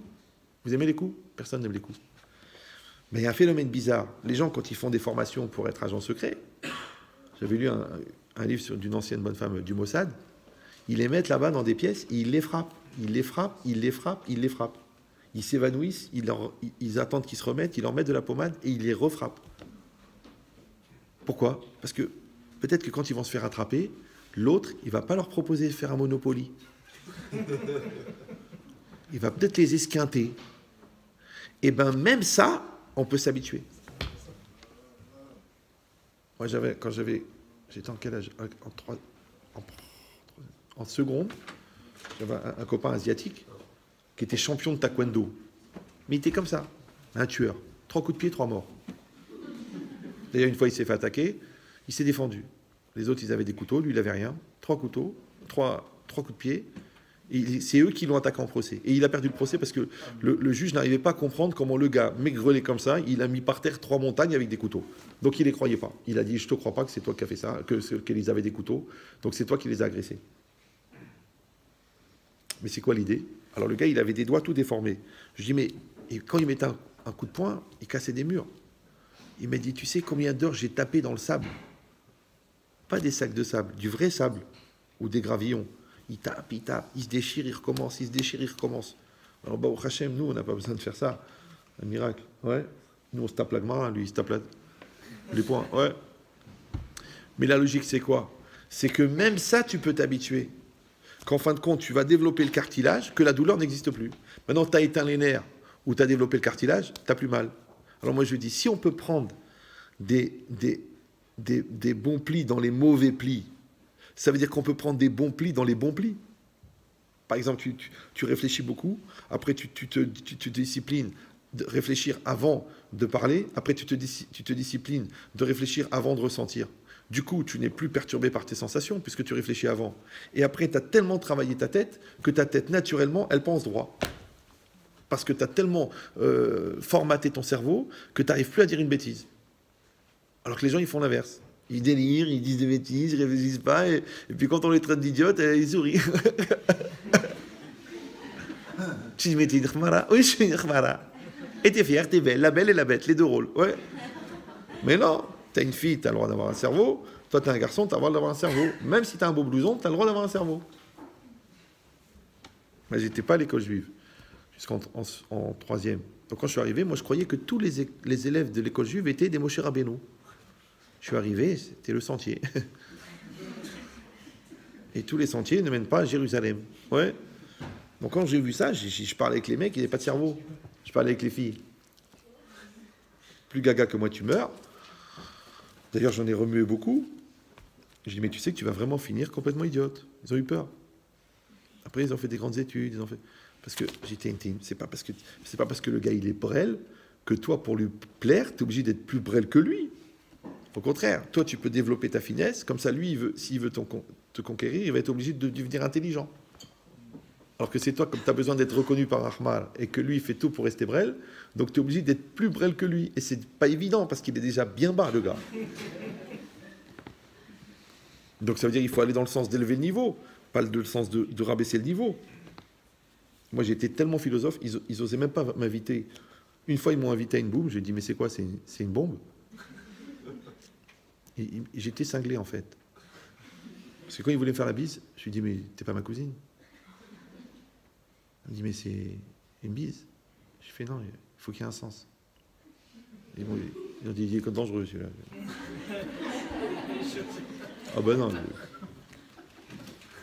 Mais comme je passais 14 heures par jour à réfléchir, j'avais pas vraiment le temps de me poser les questions de CM2, comment ça se fait qu'elle a parlé sur moi. Et puis elle a fait exprès de la même jupe. Elle veut me casser. Parce que là, c'est pas des classes de terminale, ça, c'est plus des phases terminales. D'accord? Donc vous avez compris qu'en fin de compte, à chaque fois, on va être dans des situations. À chaque fois, on va être en face de personnes. À chaque fois, on va être en face de réalité. Et dans cette réalité, il y aura une prise de conscience. Et cette prise de conscience, il y aura un enseignement. Et l'enseignement, il faut passer à l'acte. Tout de suite. Tout de suite. C'est pour ça que le Ramban, il a un mot incroyable. Il dit « Ka'asher takum min sefer » lorsque tu te lèveras du livre, c'est-à-dire quand tu as fini d'étudier n'importe quel domaine dans la Torah, « Techapes ba'asher lamata » il a dit « Recherche dans ce que tu as étudié, « Imiesh bodavar asher tocha lekayemo » s'il y a quelque chose que tu peux accomplir. Vous suivez ou non? Alors tu dis, mais des fois ça n'a aucun rapport. J'ai réfléchi tout l'après-midi sur une Guémara qui parle d'un bœuf qui a poussé un âne dans un trou. Ouais. Alors tu dis, ok, donc ça veut dire que moi je dois faire attention maintenant à la responsabilité que j'ai sur ma propriété. D'accord? Et moi je dois faire attention, est-ce que j'ai des dangers dans ma maison? Parce que justement, le haut de l'escalier, il n'y a pas de barrière de protection. Ouais, ou cette fenêtre-là, il n'y a pas de barreau, alors que les enfants ils peuvent tomber.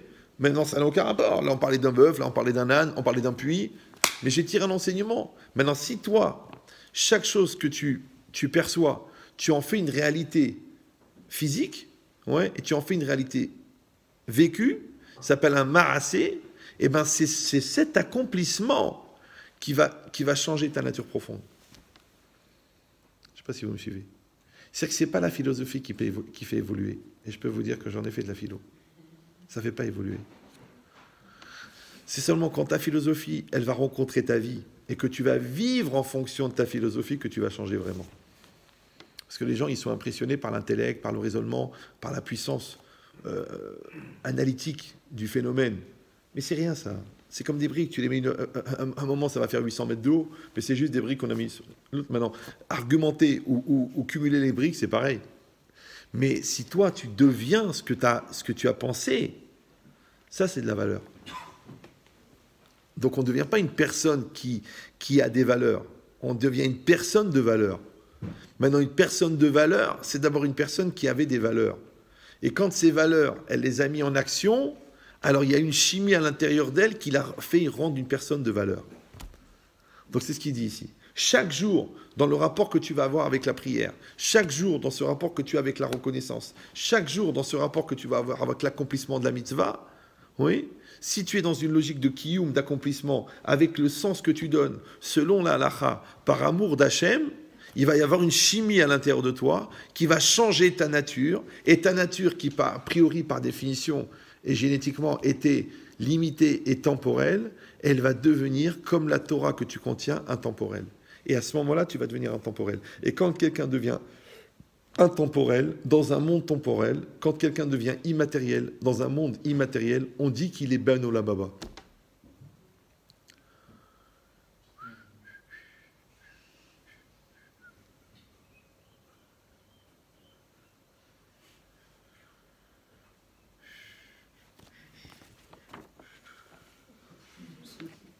J'ose même pas regarder la suite.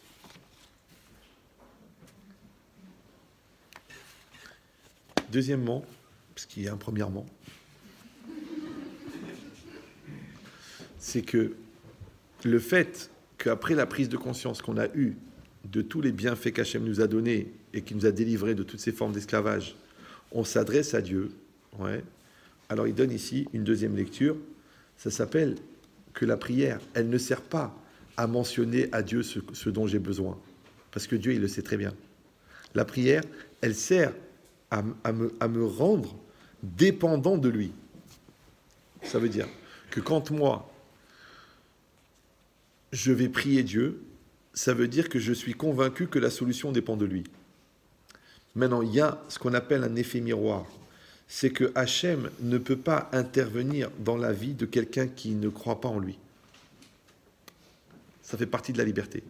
C'est comme le meilleur médecin du monde ne peut pas te soigner si tu lui dis pas où tu as mal, ou si tu lui fais pas confiance, ou si tu veux même pas aller au rendez-vous, ou si tu veux pas prendre des médicaments. Il peut pas te soigner. D'accord? Donc maintenant, il y a un jeu entre le fait que tu attends de Dieu qui t'apporte une solution et le fait que toi, tu es convaincu que la solution, elle est en dehors de Dieu. Donc comment il peut faire? Vous me suivez? C'est comme si tu as un problème de cardiologie et tu vas voir ton mécanicien. Tu dis, qu'est-ce que tu peux faire? Le mec, il dit, bah, c'est quoi? C'est un problème de piston? Non, c'est un problème de cœur. Carburateur? Non, cœur. Quand tu as un problème de cœur, tu vas chez le cardiologue. Quand tu as un problème de moteur, tu vas chez le mécanicien. Maintenant, le bon Dieu, il remplit toutes les disciplines. Donc, quand tu vas prier, ça veut dire que tu vas t'adresser à lui. Mais comme il y a un effet miroir, et que quand tu t'approches du miroir, l'image, elle grossit, et quand tu t'éloignes du miroir, l'image, elle rapetissit, d'accord? Et que quand on s'éloigne trop, on ne voit plus les détails. Et quand on se rapproche beaucoup, on voit bien les détails. Ouais. Donc, plus tu vas croire, plus tu vas être botéach, plus tu vas avoir confiance dans Hachem, ouais, et plus la prière, elle va fonctionner. Et si tu vas me dire, ouais, bah, c'est pas évident, j'ai beaucoup prié, ça n'a pas marché. Mais alors, pourquoi tu vas demander une bracha à un tzaddik? Pourquoi des fois tu fais 4 heures d'avion, 3 heures de voiture, 3 heures d'attente, pour passer 1 minute devant un tzaddik qui te dit « Aslacha Rabba » et tu t'en vas. Et tu es content. Et après, tu arrives à la maison, tac, tu as reçu la lettre, tu as vu les résultats des examens, tu as vu le... Mais il t'a rien fait. Tu dis, il n'a rien fait. Tu sais pourquoi? Parce que lui, il est tout le temps avec Hachem. Donc Hachem, il est tout le temps avec lui. Maintenant, toi, tu dis, je vais aller voir quelqu'un qui est tout le temps avec Hachem. Mais si lui, sa force à lui, c'est d'être tout le temps avec Hachem, donc toi, en vérité, si tu étais tout le temps avec Hachem, tu aurais la même force que lui. Tu te dis, ouais, mais c'est compliqué, parce qu'il y a la télé, il y a les séries, je ne peux pas être tout le temps avec Hachem, je ne peux pas. Il faut un petit moment pour souffler. Oui. Mais, tu vois, quand quelqu'un, chas v'shalom lo aleinu simsilenu, il a un gros problème avec un enfant, il a un gros problème avec un parent, il a un gros problème avec la santé, il a un gros problème avec l'argent, et qui va se tourner vers Hachem. Ouais. Là où il est, s'il a la chance, il va au cotel. S'il n'a pas, il est dans le métro, il va se mettre la tête contre le mur. S'il est aux urgences et que ça pue le pipi, il se rentre dans une cabine téléphonique et il pleure sa mère qu'Hachem l'aide. Mais qu'est-ce qu'il a fait en fait? Tu crois que Hachem a écouté sa prière? Non, c'est juste parce qu'il s'est rapproché d'Hachem. Maintenant, malheureusement, il fallait un traumatisme crânien, il fallait une tache dans les poumons pour que le gars il fasse une bonne prière. Mais si on était capable de prier sans avoir besoin de la pression, si on pouvait sortir la pâte dentifrice sans que personne nous écrase la gueule pour que ça sorte, ça s'appelle le phénomène du tube. Ouais. Mais ça serait plus simple. Alors ici, c'est marqué que tout ce que tu peux produire sous la pression, tu peux le produire par les encouragements. Exactement comme un enfant. Un enfant, tu veux qu'il change, tu mets la pression. Mais tu peux aussi lui mettre des encouragements. La seule différence, c'est que quand toi tu mets la pression, lui il se sent mal et toi tu te sens bien, parce que tu as l'impression que tu obtiens des résultats. Mais quand tu mets les encouragements, lui il se sent bien, mais toi tu te sens mal, parce que tu as l'impression que ça ne va pas marcher. Maintenant, quelle différence entre la pression et les encouragements? La confiance. Si tu as confiance, tu donnes des encouragements. Si tu n'as pas confiance, tu mets de la pression. Maintenant, comme tu n'as pas confiance, c'est pour ça que les enfants à qui tu mets la pression, ils deviennent hypocrites. Et comme tu as confiance, les enfants que tu encourages, ils deviennent autonomes. Donc, il faut juste décider si tu veux des enfants hypocrites ou des enfants autonomes. Maintenant, avec Hachem, c'est la même chose. Quand toi, tu attends la pression, elle te rend hypocrite. Donc, c'est pour ça que les 3/4 des gens, quand ils ont une pression, ils refusent. Alors, quand tout va bien, ils disent merci à l'État français. Et quand tout va mal, ils disent c'est la faute de Dieu. Du coup, ça ne marche jamais, parce que quand tu leur dis, tu sais, tu devrais faire tes chouvas parce que tu as beaucoup de problèmes. Ils disent, ouais, moi je ne fais pas de chouvas parce que je suis sous pression. Mais quand tout allait bien, que tu prenais tes 20 000 euros par mois, ça te coûtait quoi d'aller à la synagogue? Ah, de toute façon, je ne suis pas croyant. Donc en fait, ça s'appelle le blocage des ABS avant-arrière. Il ne peut pas faire marche avant, il ne peut pas faire marche arrière. Il ne peut rien faire. Il est mort. Ouais? Non. C'est que si tu étais un entêté avant, parce que tu étais un ignorant, eh ben en te cultivant, tu peux aussi développer ta réactivité. Et la réactivité s'appelle la teshuva. Donc tu as compris, tu accompli. Si tu dis non, j'ai compris, mais c'est pas évident, mais j'ai encore besoin de réfléchir, mais j'ai encore besoin d'avoir plus de ressenti, mais je ne suis pas dans les circonstances, après mon alia, après la retraite, quand je serai dans d'autres cas, quand j'aurai d'autres opportunités, quand j'aurai des meilleurs signes, mais fais attention, sans aucune menace, mais quand tu comprends moins bien, la vie, elle t'explique mieux. Je ne sais pas si vous... Elle t'explique de mieux en mieux. Donc, moins tu comprends, plus on t'explique. Des fois, tu peux avoir 5 bonnes raisons de comprendre qui peuvent devenir 10 commandements. Mais si toi, tu es un peu malin, et au lieu de dire « j'attends le diabète », tu peux dire toi-même « j'arrête le coca ». Vous me suivez ou... Ouais. Au lieu de dire « j'attends la lettre de divorce », tu peux dire bah, « je vais mettre en place le dialogue et l'amour dans mon couple ». Donc tu n'es pas obligé d'attendre la pression pour être réactif. Tu peux créer une réalité positive. Raudon Kolo, ouais, par la reconnaissance. Donc qu'est-ce qui se passe maintenant, vous avez compris? Quand tu dis Baruch Ata Hashem Gaal Israël, tu développes ouais, le fait que tu sais que la solution elle vient d'Hachem et que tu es beau arbo. Ouais, mais le bitachon, c'est quoi? La différence entre la émouna et le bitachon, c'est quoi? La émouna, c'est la croyance et le bitachon, c'est la confiance.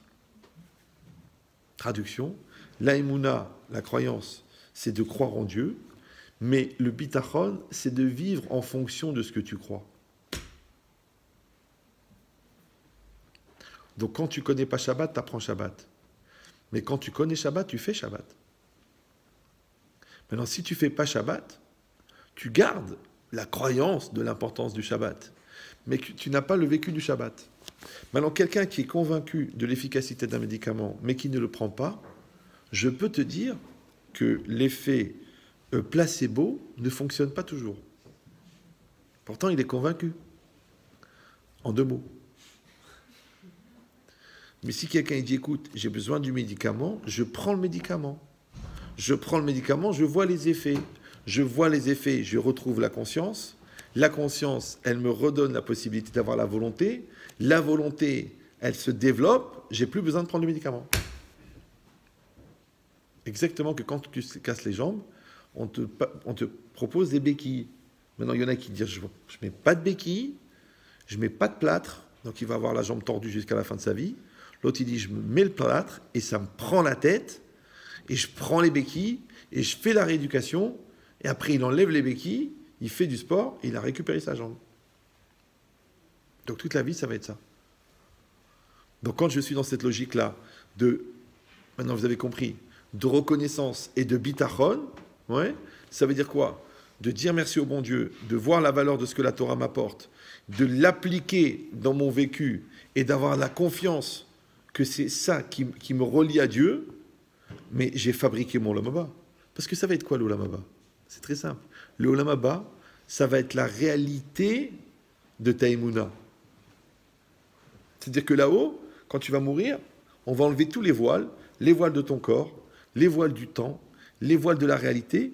Qu'est-ce qui va rester? L'essentialité. Maintenant, l'essentialité, ouais, c'est quand tu te bats 2 heures sur une Gemara et que tu comprends, ça fait un éclairage. Quand tu te bats 3 heures avec ta femme et qu'à la fin, vous comprenez, quand tu as un problème avec un enfant et qu'à la fin, il atteint la maturité, et ben, tu vois cet éclairage de 1/100 de seconde de la finalité de la compréhension, de la finalité du lien avec l'enfant, de la finalité du lien avec ta femme, et ben ce 100e de seconde de bien-être et de lumière, il va durer éternellement. C'est ça la baba.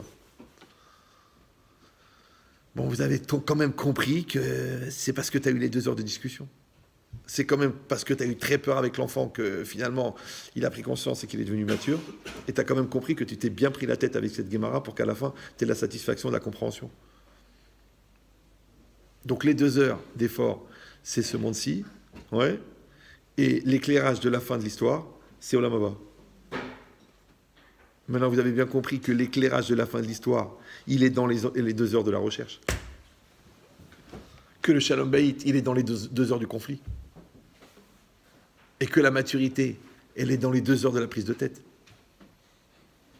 Donc la lampe, la lumière, elle est dans l'ampoule. Elle est dans la lampe. Maintenant, les gens malins,